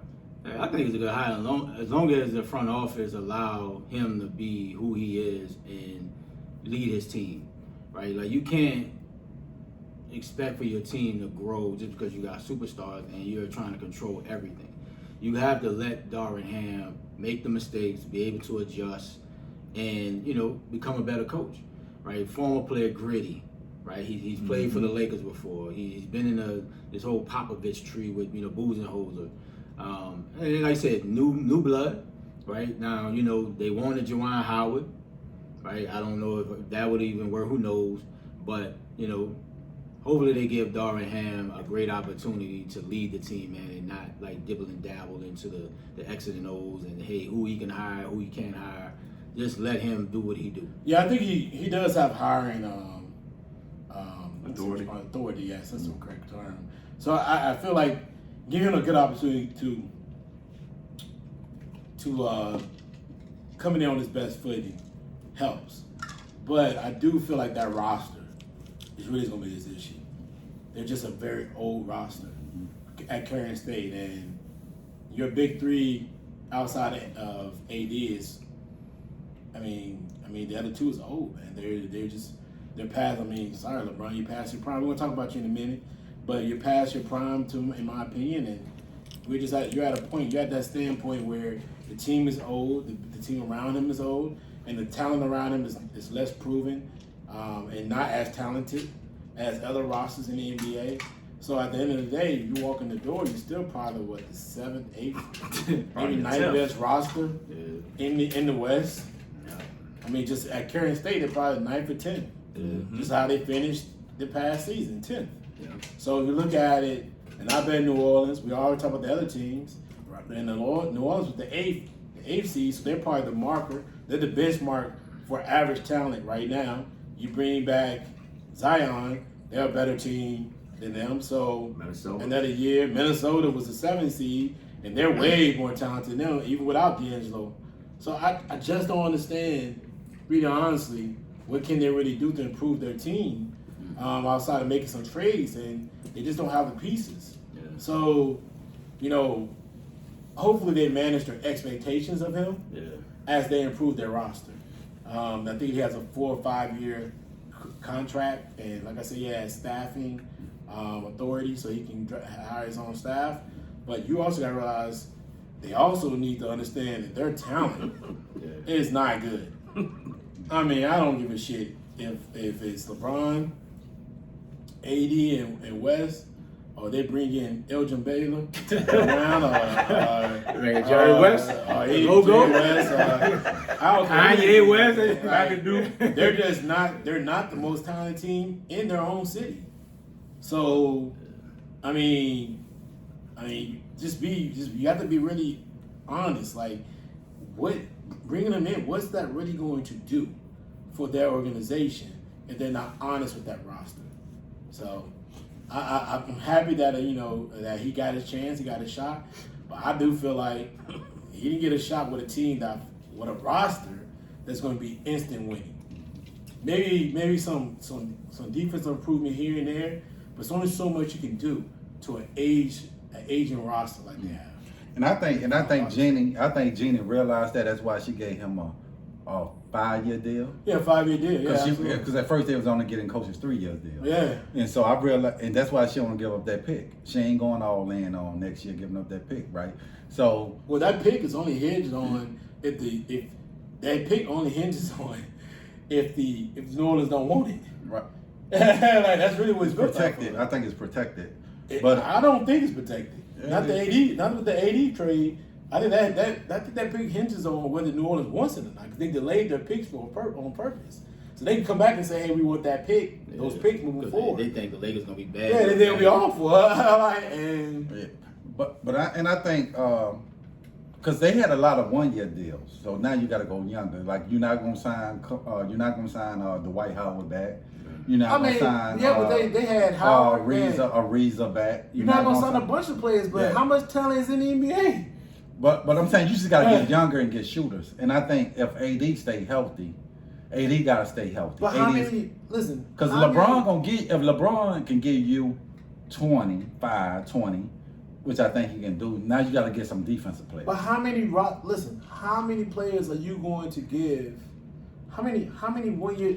First of all, how many shooters are in the NBA? But it's LA, bro. Somebody always find a job. Yeah, it's LA, bro. But the free agency's already started.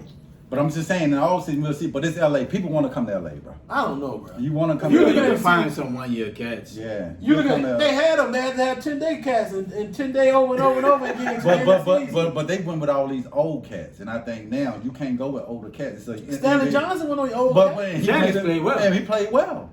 You re-sign Stanley. You go re-sign Monk. Yeah, right? That's 2. You got the Austin kid, the kid that went. Austin Reed. Reed, he's a scrappy cat, right? He's and then all that Ross ain't gonna. Them 3 players ain't gonna make you no damn. But I think if you have Russ, at least play 20% better than what he played. I think if he just shoot a little bit, that ain't gonna make him no playoff. And their AD, I think they can get in the playoffs if you got a healthy AD. LeBron play about maybe 70 games. You give him some back-to-back songs. You rest him. Okay, so we don't make it right now. We ain't got to talk about the top half of the Western It's Conference. tough. It's definitely tough. The last 7-8 seed. It's tough. And the last 2 7 was Minnesota and New Orleans. Are they better than both of them? No. Even those 3 players. Are they better than both of them? I don't know. No. I think if all 3, I think if Russ plays a lot better, they can get in the playoffs. I think they get in the playoffs. I think in the playoffs. I don't see it, bro. You don't sign Win a them. championship, no. But get in the playoffs, I they think- get in the playoffs. I don't see it. There's gonna be some teams that fall back. Like, it just always happens every year. Because you got a healthy AD and LeBron just stay consistent on, getting you 20. They get that in their fucking sleep. But we're going to need him to play some defense. Yeah, your expectation is he's not playing D every But night. we Right? gonna He need him probably to play playing in defense. Spurs. But I'd rather you give me 18 and 19, give me some defense. Than you get 30 and you ain't. And they needed it. Like and they you- needed all them points. and They you ain't nobody ain't- else scoring. And you ain't giving up no energy on defense. Yeah. I'd rather you score 18 and give me some defense. It's gonna be interesting.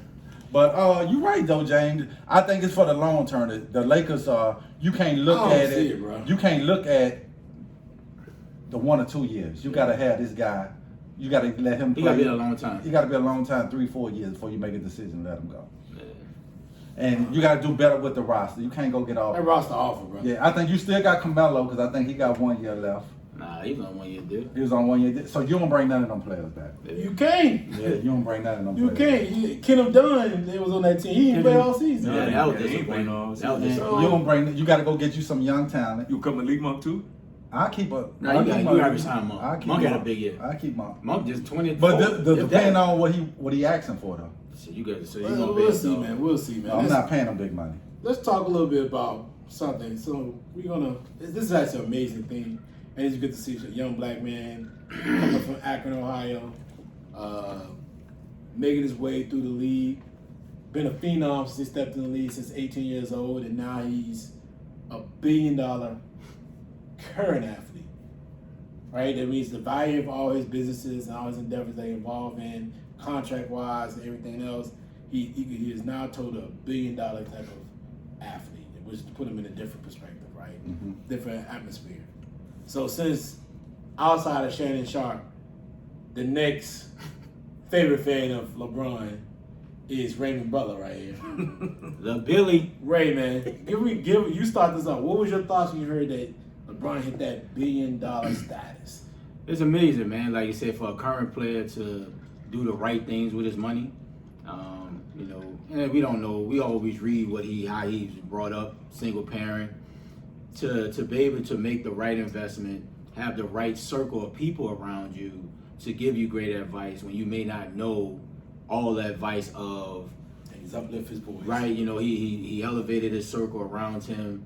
And like I said, if you're the smartest person in your circle, you're the dumbest person in your circle because you got to have people smarter than you. You don't know everything. And to still be a current player just should show that as long as you take care of your body, you can be in the league 20 years. Right? So it's the blueprint for these younger players. One, you don't need the Rolls Royce everything. You don't have to be blinging all the time. You got to make these smart investments outside of basketball because if you're not playing basketball, a lot of these investment opportunities don't happen. So it's a big deal for LeBron, man. Shout out to the dude. He don't get in trouble off the court. And it's phenomenal, bro. Hopefully, a lot more athletes become current billionaires that's still in the league, man. I love it. It's a good thing, to see somebody that look like you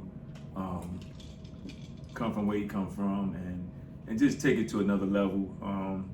Like you said, he made some good business choices, but then at the same time, he had the right people around him. And he understood where he came from, but understood the business that he's in. Because you can come in the league 1 year and get hurt and you're done for the rest of your life. So I think he took care of his body, he took care of his family, but took care of the things that meant most to him, and that was basketball. And he knew, and his love for the game. And I think when you have guys who come in and understand that this game don't last forever, you got to have the right people around you. You got to have the right people in the corner to tell you no, or to tell you, and not be yes men. Because yes men, you can make a right decision, but it can be a wrong decision the next day. So I think it's a good thing for other kids to see that, hey, you might not get to LeBron status or play basketball and get the kind of investment, but you can do other things outside of basketball and still have this. You might not be a billionaire, but you can make a quality living for yourself. So I think it's a good thing, and I hope he continue to give back like he's doing now. Shit, these contracts these boys getting, shit, bro. They can easily get close to a bill, dog. Yeah, but everybody's not gonna get that. You know what I'm saying? Every kid in America who play basketball, they're not gonna get that. Yeah. And somebody ain't even make it to LeBron status. But at the end of the day, they should use it as a stepping stone to understand that, hey, it might not be basketball, might not get me there, but other entrepreneurships out there that can get me to that point. Because the only one been 3 basketball players to get $1 billion. Yeah. Him, MJ, and Kobe. Yeah. Yeah. So, but yeah, it's like you said, like everybody says, from him coming from the projects. Mother had him at 16. You know what I'm saying? And like James said, you know, everybody looked crazy at him when he brought his entourage in, sent them, you know what I'm saying? Put him in a great position to help him. First of all, you got to have people you can trust when investing your money. So he had his crew that he can trust, the Rich Paul and all of them to, you know what I'm saying, to go out and make deal for him to trust his money invest wise. So, you know, he probably looked at the past players, what they did, what they didn't do, and took his popularity and to make $1 billion.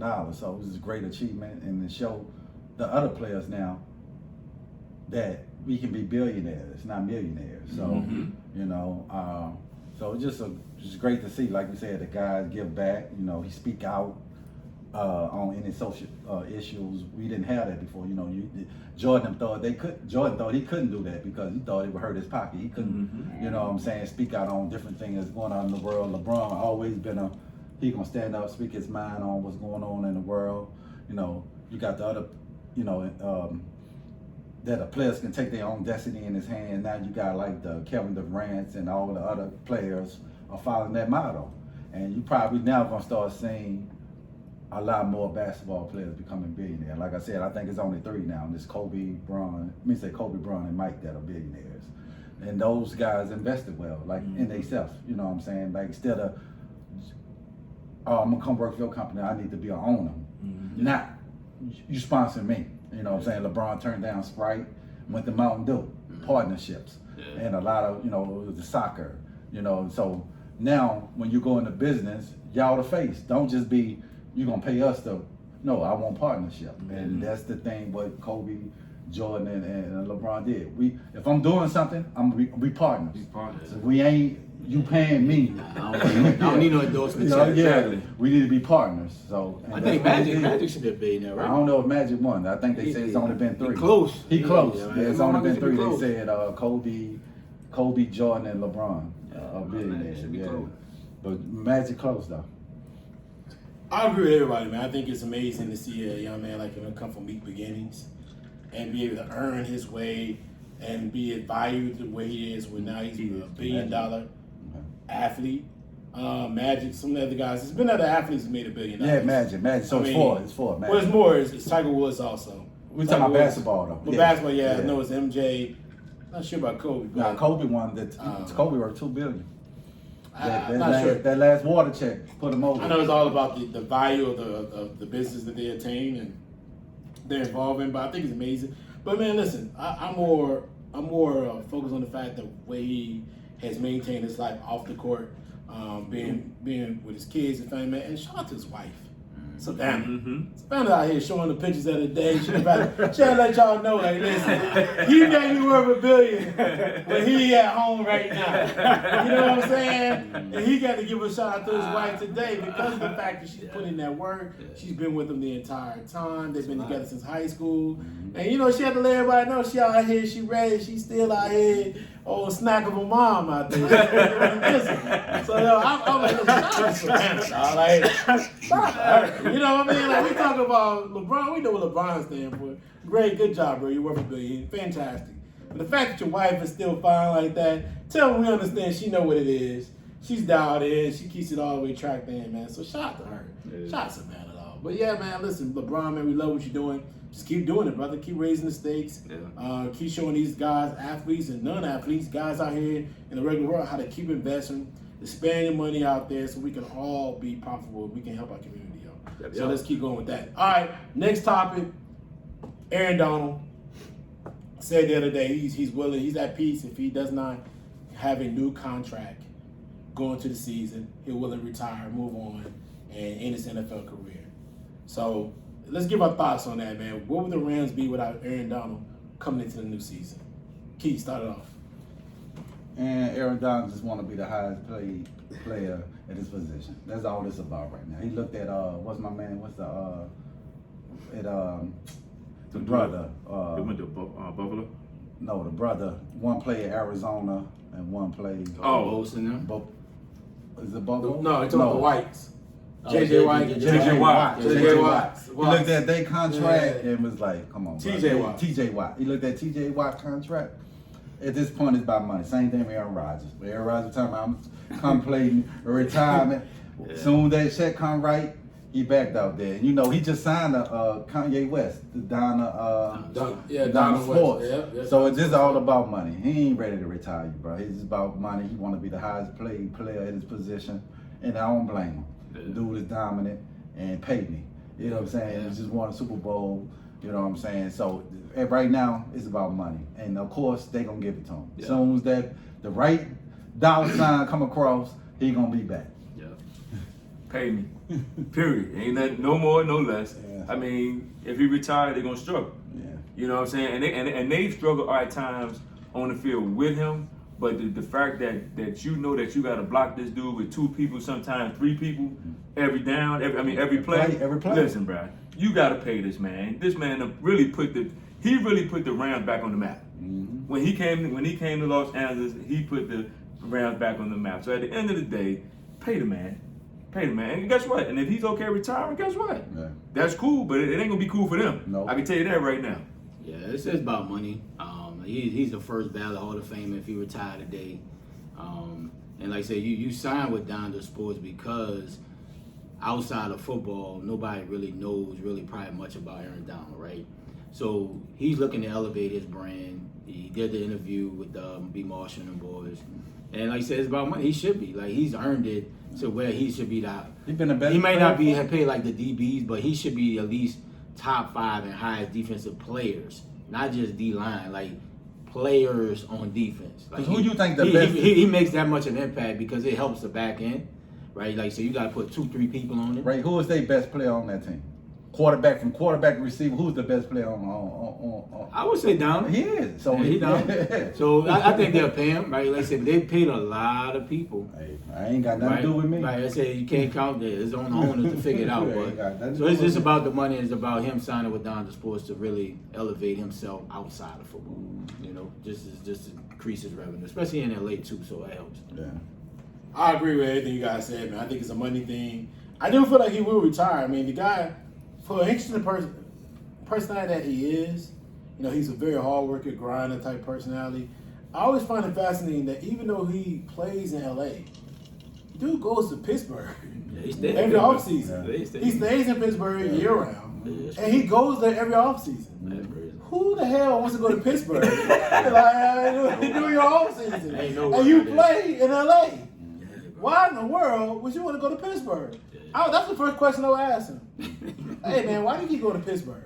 Like peace and quiet. Like you get it in Pittsburgh. I don't know if you ever been to Pittsburgh before, but Pittsburgh it is very much peace and quiet. Thanks. Like I'm like, why do you keep going to Pittsburgh? But he likes going there. That is his thing, and I'm like, bro, there's no way in the world I'm going to Pittsburgh during the off season. There's no way in the world I'm going to Pittsburgh during the off season. Off season? When you live in LA and the ocean is maybe 15, 20 minutes away, you can take a ride here and there. You got all downtown, you got all the options, the food, the restaurants. It wouldn't be Pittsburgh. They're enjoying life. Maybe Miami. He packs up his stuff at the end of the season and goes to Pittsburgh. Maybe Miami, but not Pittsburgh. Yeah. I'm like, is your family there? Yeah. You must have cousins. Maybe he got family. He must have a lot of land. They all still. They must be like their whole family still on that land. But he might be one of them like homebody dude that like land. No, but this is the thing. But even land, I can find peace and quiet in LA though. Pittsburgh is hilly. It's hills where and he from. mountains. That's where you from. That's Yeah, but it's hills and mountains. Yeah, that's where you from. That's No, where you from. So no, let's get no. it. But dog, you got land, you can put people, but dog, even if I'm from there, don't mean I gotta live there. You You might from like New it. Orleans, where you at right now? Yeah. Like, so, like, what does that mean? He probably definitely ain't moving back. Yeah, like, what do you mean? So, I'm looking at it like, I ain't never moving back. bro, like, yo, like, he like, yo, he wants to go there. I would have a house there, but I ain't never moving back.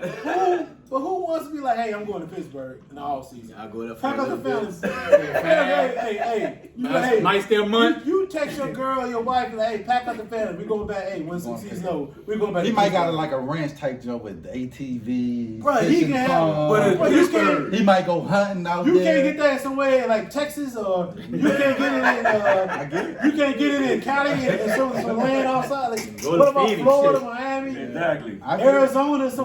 The weather better. You like? I'm going to Pittsburgh, Pennsylvania, I get it. It's bad, bro. Pennsylvania. I don't get it. There ain't no way in the world. Yeah, I'm with you. Ain't no way in the world I'm gonna be like, hey man, let's go to Pennsylvania. Yeah. Hey fella, let's rack it up and go to Pennsylvania. I'm gonna call the wife, hey listen, the season over. Let's get everything and go to Pennsylvania. Like ain't no She way. probably be mad as shit, but she gotta go. Bro, there's no way in the No, world I'm I'm going there, man. Like Understand? once you hear about it, I'm like, bro, I ain't no way in the world I'm going there. That's just the most ridiculous thing. But hey man, listen, that's what you want to do. And I respect it.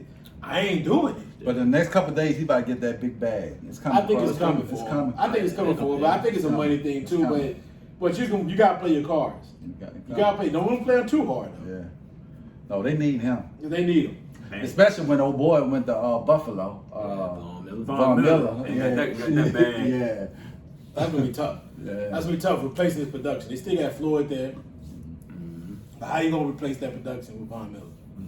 It's gonna be a lot. That's why they gotta get that bag up. Yeah, they're gonna have to. If he ain't in the middle and Von Miller ain't on the end, Florida ain't getting you what they gonna give you every down. Nah, he ain't. Nah, he's not. And they need that in that division. Oh yeah. They're gonna need that, especially in that division and in the NFC. Period. NFC. They need that production, man, Yeah. because that's one part about it. They need that D-line production, especially. Because that's what won them the Super Bowl. That Well, D-line. absolutely. Yeah. Well, it got them to the Super Bowl.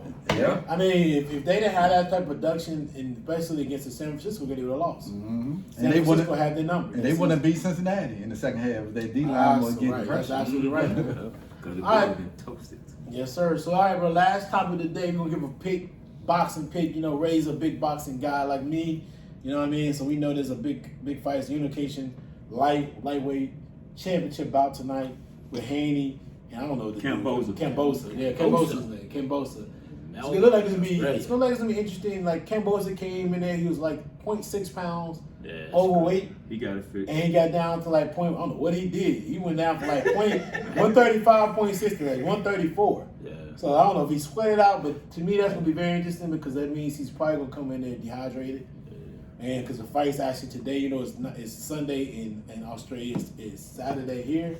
So to me, he's gonna come in dehydrated, and that's gonna be an issue. But overall, let's give our pick really quick. Key, who you got in this fight tonight? He like, who fighting? Yeah, bro. Right now, you gotta get He like, who fighting? What was the name again? Devin Haney and Kambosos. Yeah, I'm just gonna put it on head. I don't know nothing about Kambosos. I don't know, bro. That's who you going with? I don't even know who that is, bro. But Yeah. Kambosos is so David Haney is the kid from Oakland, the Oakland, California area. they black or white? Haney, Devin Haney He's black. is black. Yeah, But that's hold on, before you go give your pitch though, before you give your picks. I got this on my box. An interesting conversation was his dad couldn't get cleared to come to Australia because of a felony. He had like in 1992. Damn. So I thought that was interesting, man. Like he ain't got that expunged by this point. You would think. Like yo, he should have got that off his Right. record, but eventually That's a long time. They eventually got it cleared, and he was able to get on a private plane to get down there. So his dad will be in his corner. Okay. But his dad missed maybe 3/4 of his training while he was down in Australia. Yeah. So before you get your picks, we'll get a little night. Okay, but I'm gonna go with the black guy, Devin Haney. Devin Haney. There we go. Yeah, this All right. yeah, I'm bro. going with Devin Haney too. Yeah. Yeah, I'm gonna go with Haney. Like he's talking a lot of trash, like people ducking him like Tank, right? Like you need Not only Tank, Garcia. He said He a lot even of said Lopez. He said a lot of Tell people people are ducking that. him, right? You had to make put a performance on to make people like, you Where know you what? from? Oakland. Oakland. All right. Yeah. Like, you got to put on a performance tonight. And kambosos, I mean, he had the upset of Timo Lopez, and you know that kind of like put him on the map. But you know, That's good. Haney going to his territory. That was a really good fight. It was. Lopez and Kambosos and Kambosos and both of them knocked each other down in that fight. And it was interesting that it came down. I thought it was more of a draw than it was an actual outright win from Kambosos. It went down to the scorecards, but this one, I got Haney. Haney by round 9 TKO. with TKO. Okay. I thought Haney was smaller than him, but Haney standing beside him looked bigger and looked taller. Haney's a rangier fighter, smart, quick. I don't think people ducking Haney. I think Haney just didn't have a name. Yeah. Now, if he wins tonight, he has a name. Yeah. Problem is, most fighters don't want to fight at 135 for long Yeah. because it takes a lot out your body. There's only so many. What's the cat that came in there? He was fighting like that because you got Russell Jr. that's in that weight class. We already talked about Lopez. You got Shakur Stevenson, 135. Stevenson. You got it's too many fighters. You got Lomachenko. Lomachenko's a cat that stayed in that weight class for a lot longer. He's been in that weight class for a while. He 130, 135. But it's just that staying at 130, 135 when you in your late 20s. It's pressing on your body. It's probably So, but I do feel like Haney's gonna be a quicker, sharper fighter. Fighting in his home and his kid's background sometimes doesn't always work. I'll never forget the infamous kid from St. Louis. little boy What's came her in name? like He's a prodigy fighter. He come from his dad was Damn, who that boy it was not Norton Jr. It was the other. It was the his dad was Spinks. Yeah, Spinks. what's his name? Spinks. So his dad was with the heavyweight champ. Fight. It was Spinks. And he came in that thing. Yeah, he's good at that. When he fought. He fought got knocked out at home. He fought a man from New York. He was that joint. He fought on that top rope, boy. He came in there with what's my boy name from New York? My man that Floyd punished. Oh, you talking about when he punched him, he had to punch Floyd in his lower areas. What's his name? Dad came in there wilding. He didn't fight Garcia. He fought One Danny. He fought what's his name? They caught him with that left in the first round. Floyd backed up. Damn, I forgot. You know what I'm talking about, boy. Yeah. You know what I'm talking about. I know exactly what you're talking He's about. from Brooklyn. Zab Judah? Zab Judah's the one who took out Spinks. Yeah. Spinks came He was in. that joint. They fought in St. Yeah, Louis. Ching ain't that They thing. fought in St. Louis. He came in with the chicken head. Oh, He came in chicken head. Why you gonna let Tom He go? came in chicken head. He came in that joint. Zab Judah. Yeah, Zab. And Spinks came in and fought Zab. So he came in That that was a chicken good head. fighter. Zab with that But dude. he fought Spinks. Yeah, And Spinks came in yeah, that on the chicken video, head. He was just like, Little yo. Kim. He came in that thing in there and Zab Judah beat him. And knocked him out in the 10th That round. was a good fighter. Yeah. Dab didn't take it serious. Like you said, he was all in the He took it serious, but his talent only took him so far. Everybody told Because because he almost knocked Floyd out early. And then, not me say, was it Floyd? he hit Floyd. Yeah, no, he dazed Floyd. Yeah. He hit dazed Floyd, and then Floyd started timing, Recovery, got his arms, Yeah. and he realized he's a one-track fighter. Yeah. After that 4th round, everybody knows Yeah, 'cause he Zab's almost- gonna fade. He almost got Floyd out of there. Zab was a good welterweight, He was like Mike. good He was like junior Mike. welterweight.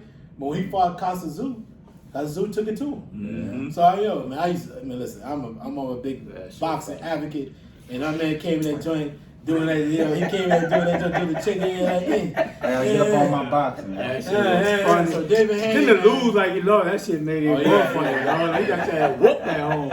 You and that bitch jigging and dancing. It was in St. Louis, and they said like, man, Louis. you Don't sure fight you at don't home. Yeah, don't fight at home. He bro. fought at home, man. Shit, what's gonna do it all the time? Charlo Eric boy. Smith. Yeah.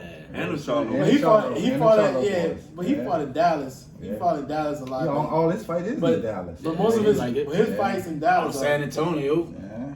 his fights in Dallas are like they're fights tailor made for his skill set, and it allows him to be comfortable playing there, fighting there. But Wesley fought there, and it was like this is more of a like. Here's the thing, and we're gonna talk about it real quick before we get out of here.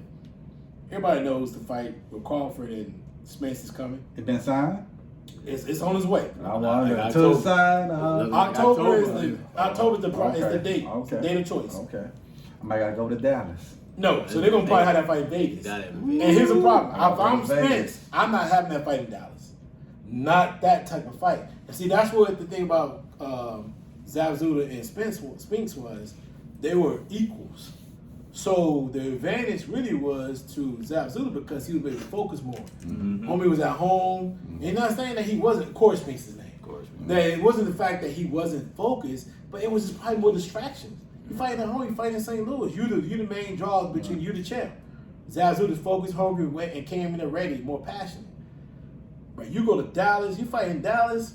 I don't even keep that same frame of mind because everybody gonna be like, man, you gotta take care. You may be over anxious. You may come in there too ready, too primed, and you get knocked out because this dude is This is not a 1-2. This is gonna be like 1A1B. Trinidad and De La Hoya. Well, no, not De La Hoya and Shane Mosley. Shane Mosley. That's probably one of my top 5 fights of all time. This is gonna be a fight. It's gonna be where- like that. It's gonna be good. This is gonna be a fight Yeah. where these two dudes are 1A1B. Yeah. These are the top tier fighters.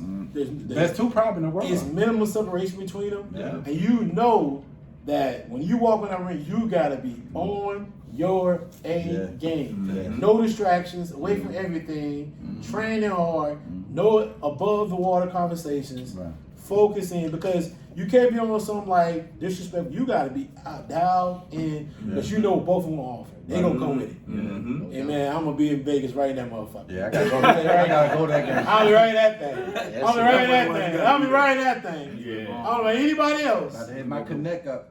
I'll be right in that thing because that's gonna be a fight Yeah, it's gonna be a fight. of all ages. Yeah, it's gonna be good. New two dudes going at each other, It's gonna be hard. To and take down. I feel like it's gonna be a trilogy. Hey, yo, it may Depending money on gonna how be- bad. It depends It depends how if bad it's somebody dominating. wins. Yeah, if it's a dominating performance by the Crawford or the other, then you're not gonna fight again. Yeah. Right, but if it's not, It's close. Fuck If around it's and close, get majority. Unless they come with draw. a bag, unless they come with a real big bag and be like, it's gonna be interesting. About Yeah. 500-600 million. yes. It's gonna do Because that's gonna be a big Yeah. fight. It's gonna do numbers. And they boxing a Yeah. crave and that Coming type of with fight. them, you'll be like, because oh. they're in the prime. Yeah. Both fighters, because that's what we didn't get. Yeah. That's what we didn't get. That's why I say it's gonna be the De La Hoya and the Shane Mosley, because both of them was in their prime. Because we didn't get it with But Floyd and and Manny Manny Pacquiao. Pacquiao. But That's we why gonna I say- get it with these two. That's why I said Shane Mosley and De La Hoya. Yeah. That was both was in their prime. I That don't was know. a war, It reminded me of and that was a war. when Floyd fought. Not the fight, but it reminded me when Floyd fought. And that was Costello. It wasn't Costello. It's some man from Vegas. Dang, that died in the In the motorcycle accident? Accident. Ah, yeah. Like when they fought each other, they were both champions. Dio Corrales and Floyd. That shit was a were war. both. But that was Now a good Floyd fight. walked. Floyd watched them, but Corrales before that fight, the lead-in, people thought Corrales was gonna win because they were both champions, and Corrales was like that. They both were undefeated at the time, and they walked in that thing thinking like, "Oh, it's gonna be it." Now I'm not gonna think that. I think this right here is gonna be a very even fight all the way through it. But Corrales, I mean, just the hype of it, the hype of this fight, man, I can't wait. Yeah, it's gonna be good. I can't wait, man. Yeah. All right, bro. So, Keith, man, give your final thoughts when we get out of here. Oh man, the NBA season almost over. About to cry. I know. About to cry. Hope I can get a long series in this, and this just extended a little bit. But great show, man. Happy to be back in the booth. So I'm gonna check out the fight tonight because I don't know who's fighting, but Them both, them boys, Haney. I'm saying I don't know them personally, but yeah. So I'm looking forward to game 2 on Sunday. This game gonna tell a lot. It's just gonna be a short series or a long series. So just another great show. Thanks to all our supporters, and keep rocking with us. Yes, sir.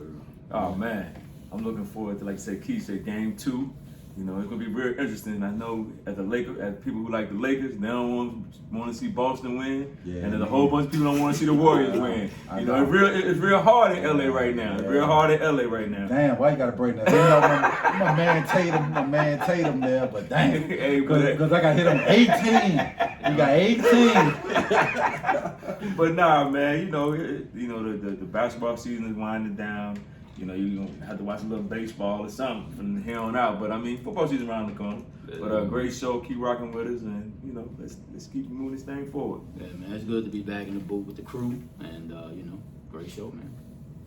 Yeah, likewise, bro, man. Great show, good times, man. And, hey, listen, excited for what's going on as far as the sports world and this series, bro. So, great, man. Without further ado, get us out of here, my dog. Yeah.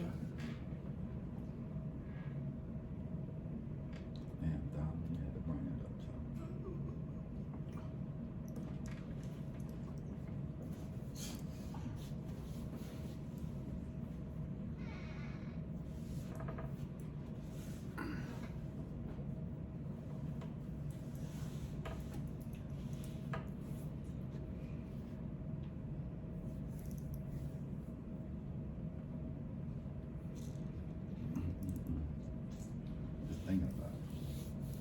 Probably gonna happen too. Yeah, them boys. Even though I fuck with Tatum, but I'm like, fucking Boston getting 18 just creeped me out before we get 18. The problem Them is, boys though, young, too. and with Golden State though, like we said earlier, I think their legs about done.